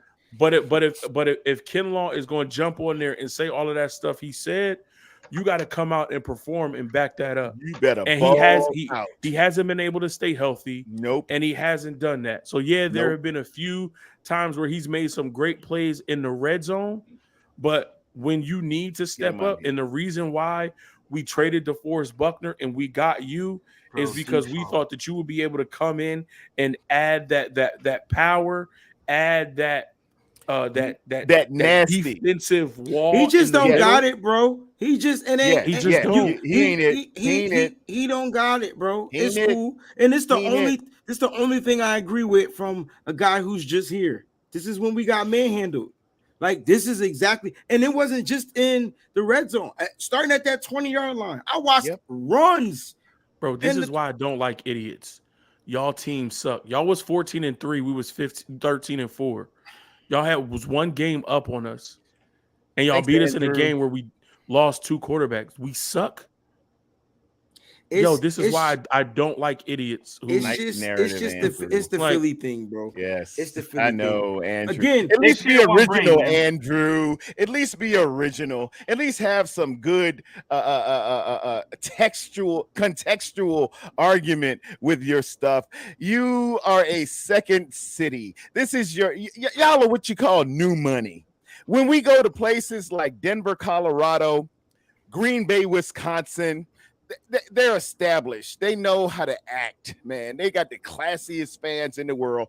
Y'all a bunch of beer drinking, eating crap in a parade, no class having MFers. You're not a second city. No. Y'all are a bastard city. Ooh. And that's not to all of y'all. That's just those ones who are classless and have no sense of what football is all about. You might get this title this year, you might not. But I know one thing, We're still the San Francisco 49ers. We hold 5 of these, and we will be back, and we will be ready, and we're going to self-correct, and you will see us again.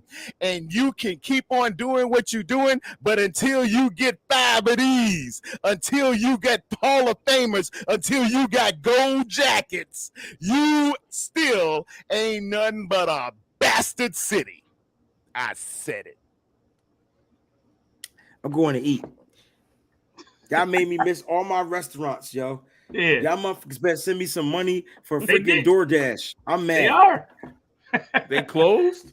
No, I All don't the know. restaurants closed? I don't know. I don't know what Alabama like. Shout out Sears. 11. It could be a lie. Sorry, fellas. Just found out Big Ben and Drew Brees said they would have come out of retirement for the right scenario. Shaking my head.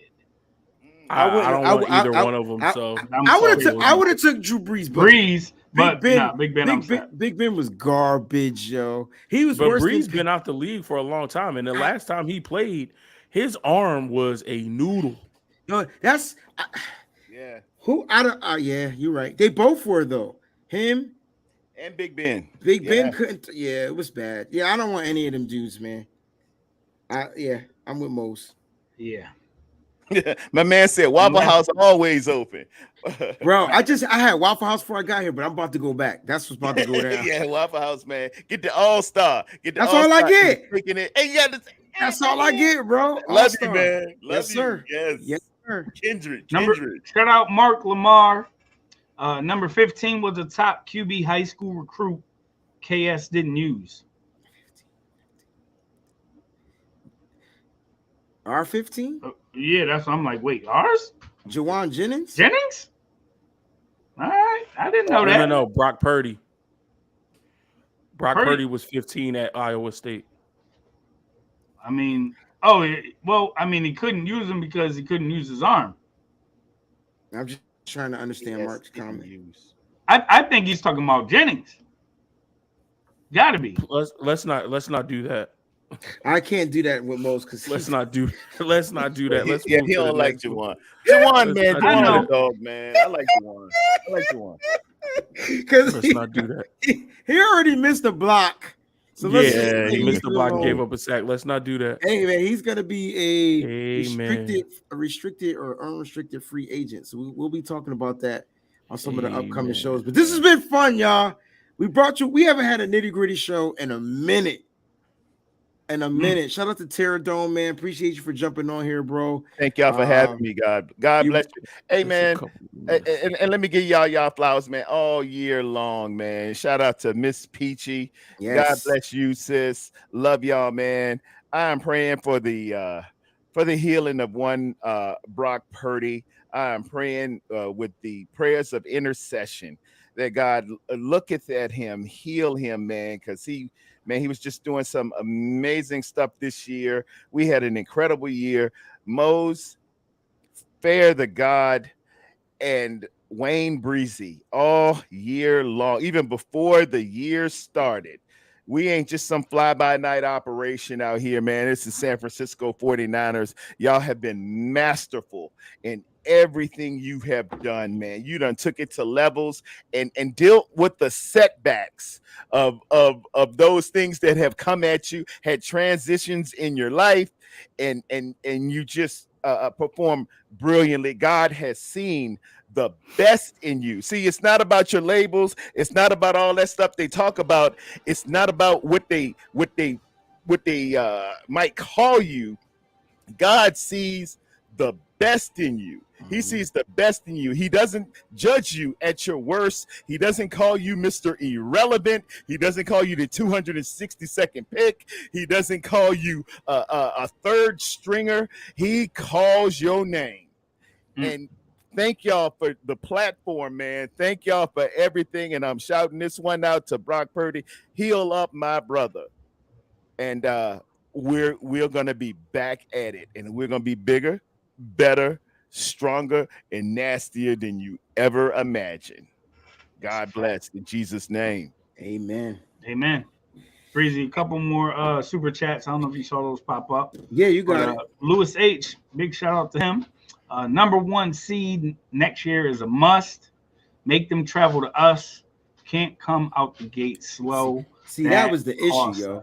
Losing in Chicago, losing in Denver, losing Atlanta, like them dumb games, yo. Come back to haunt you, bro. Yep, for sure. We gave them away like the Red Hot Chili Peppers, man. Oh, man. Give it away now.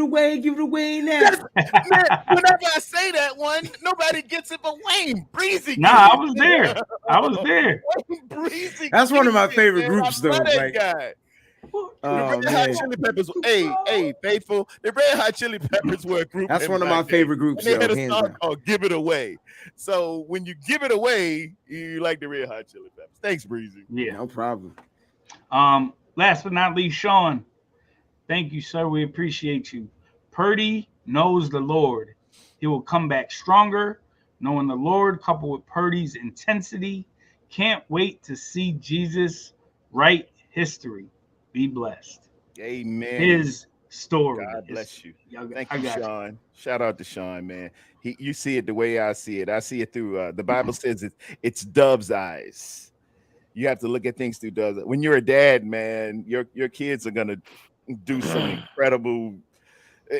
You're not even gonna imagine what they're gonna do, but you see the best in them, as Marvin Sapp would say.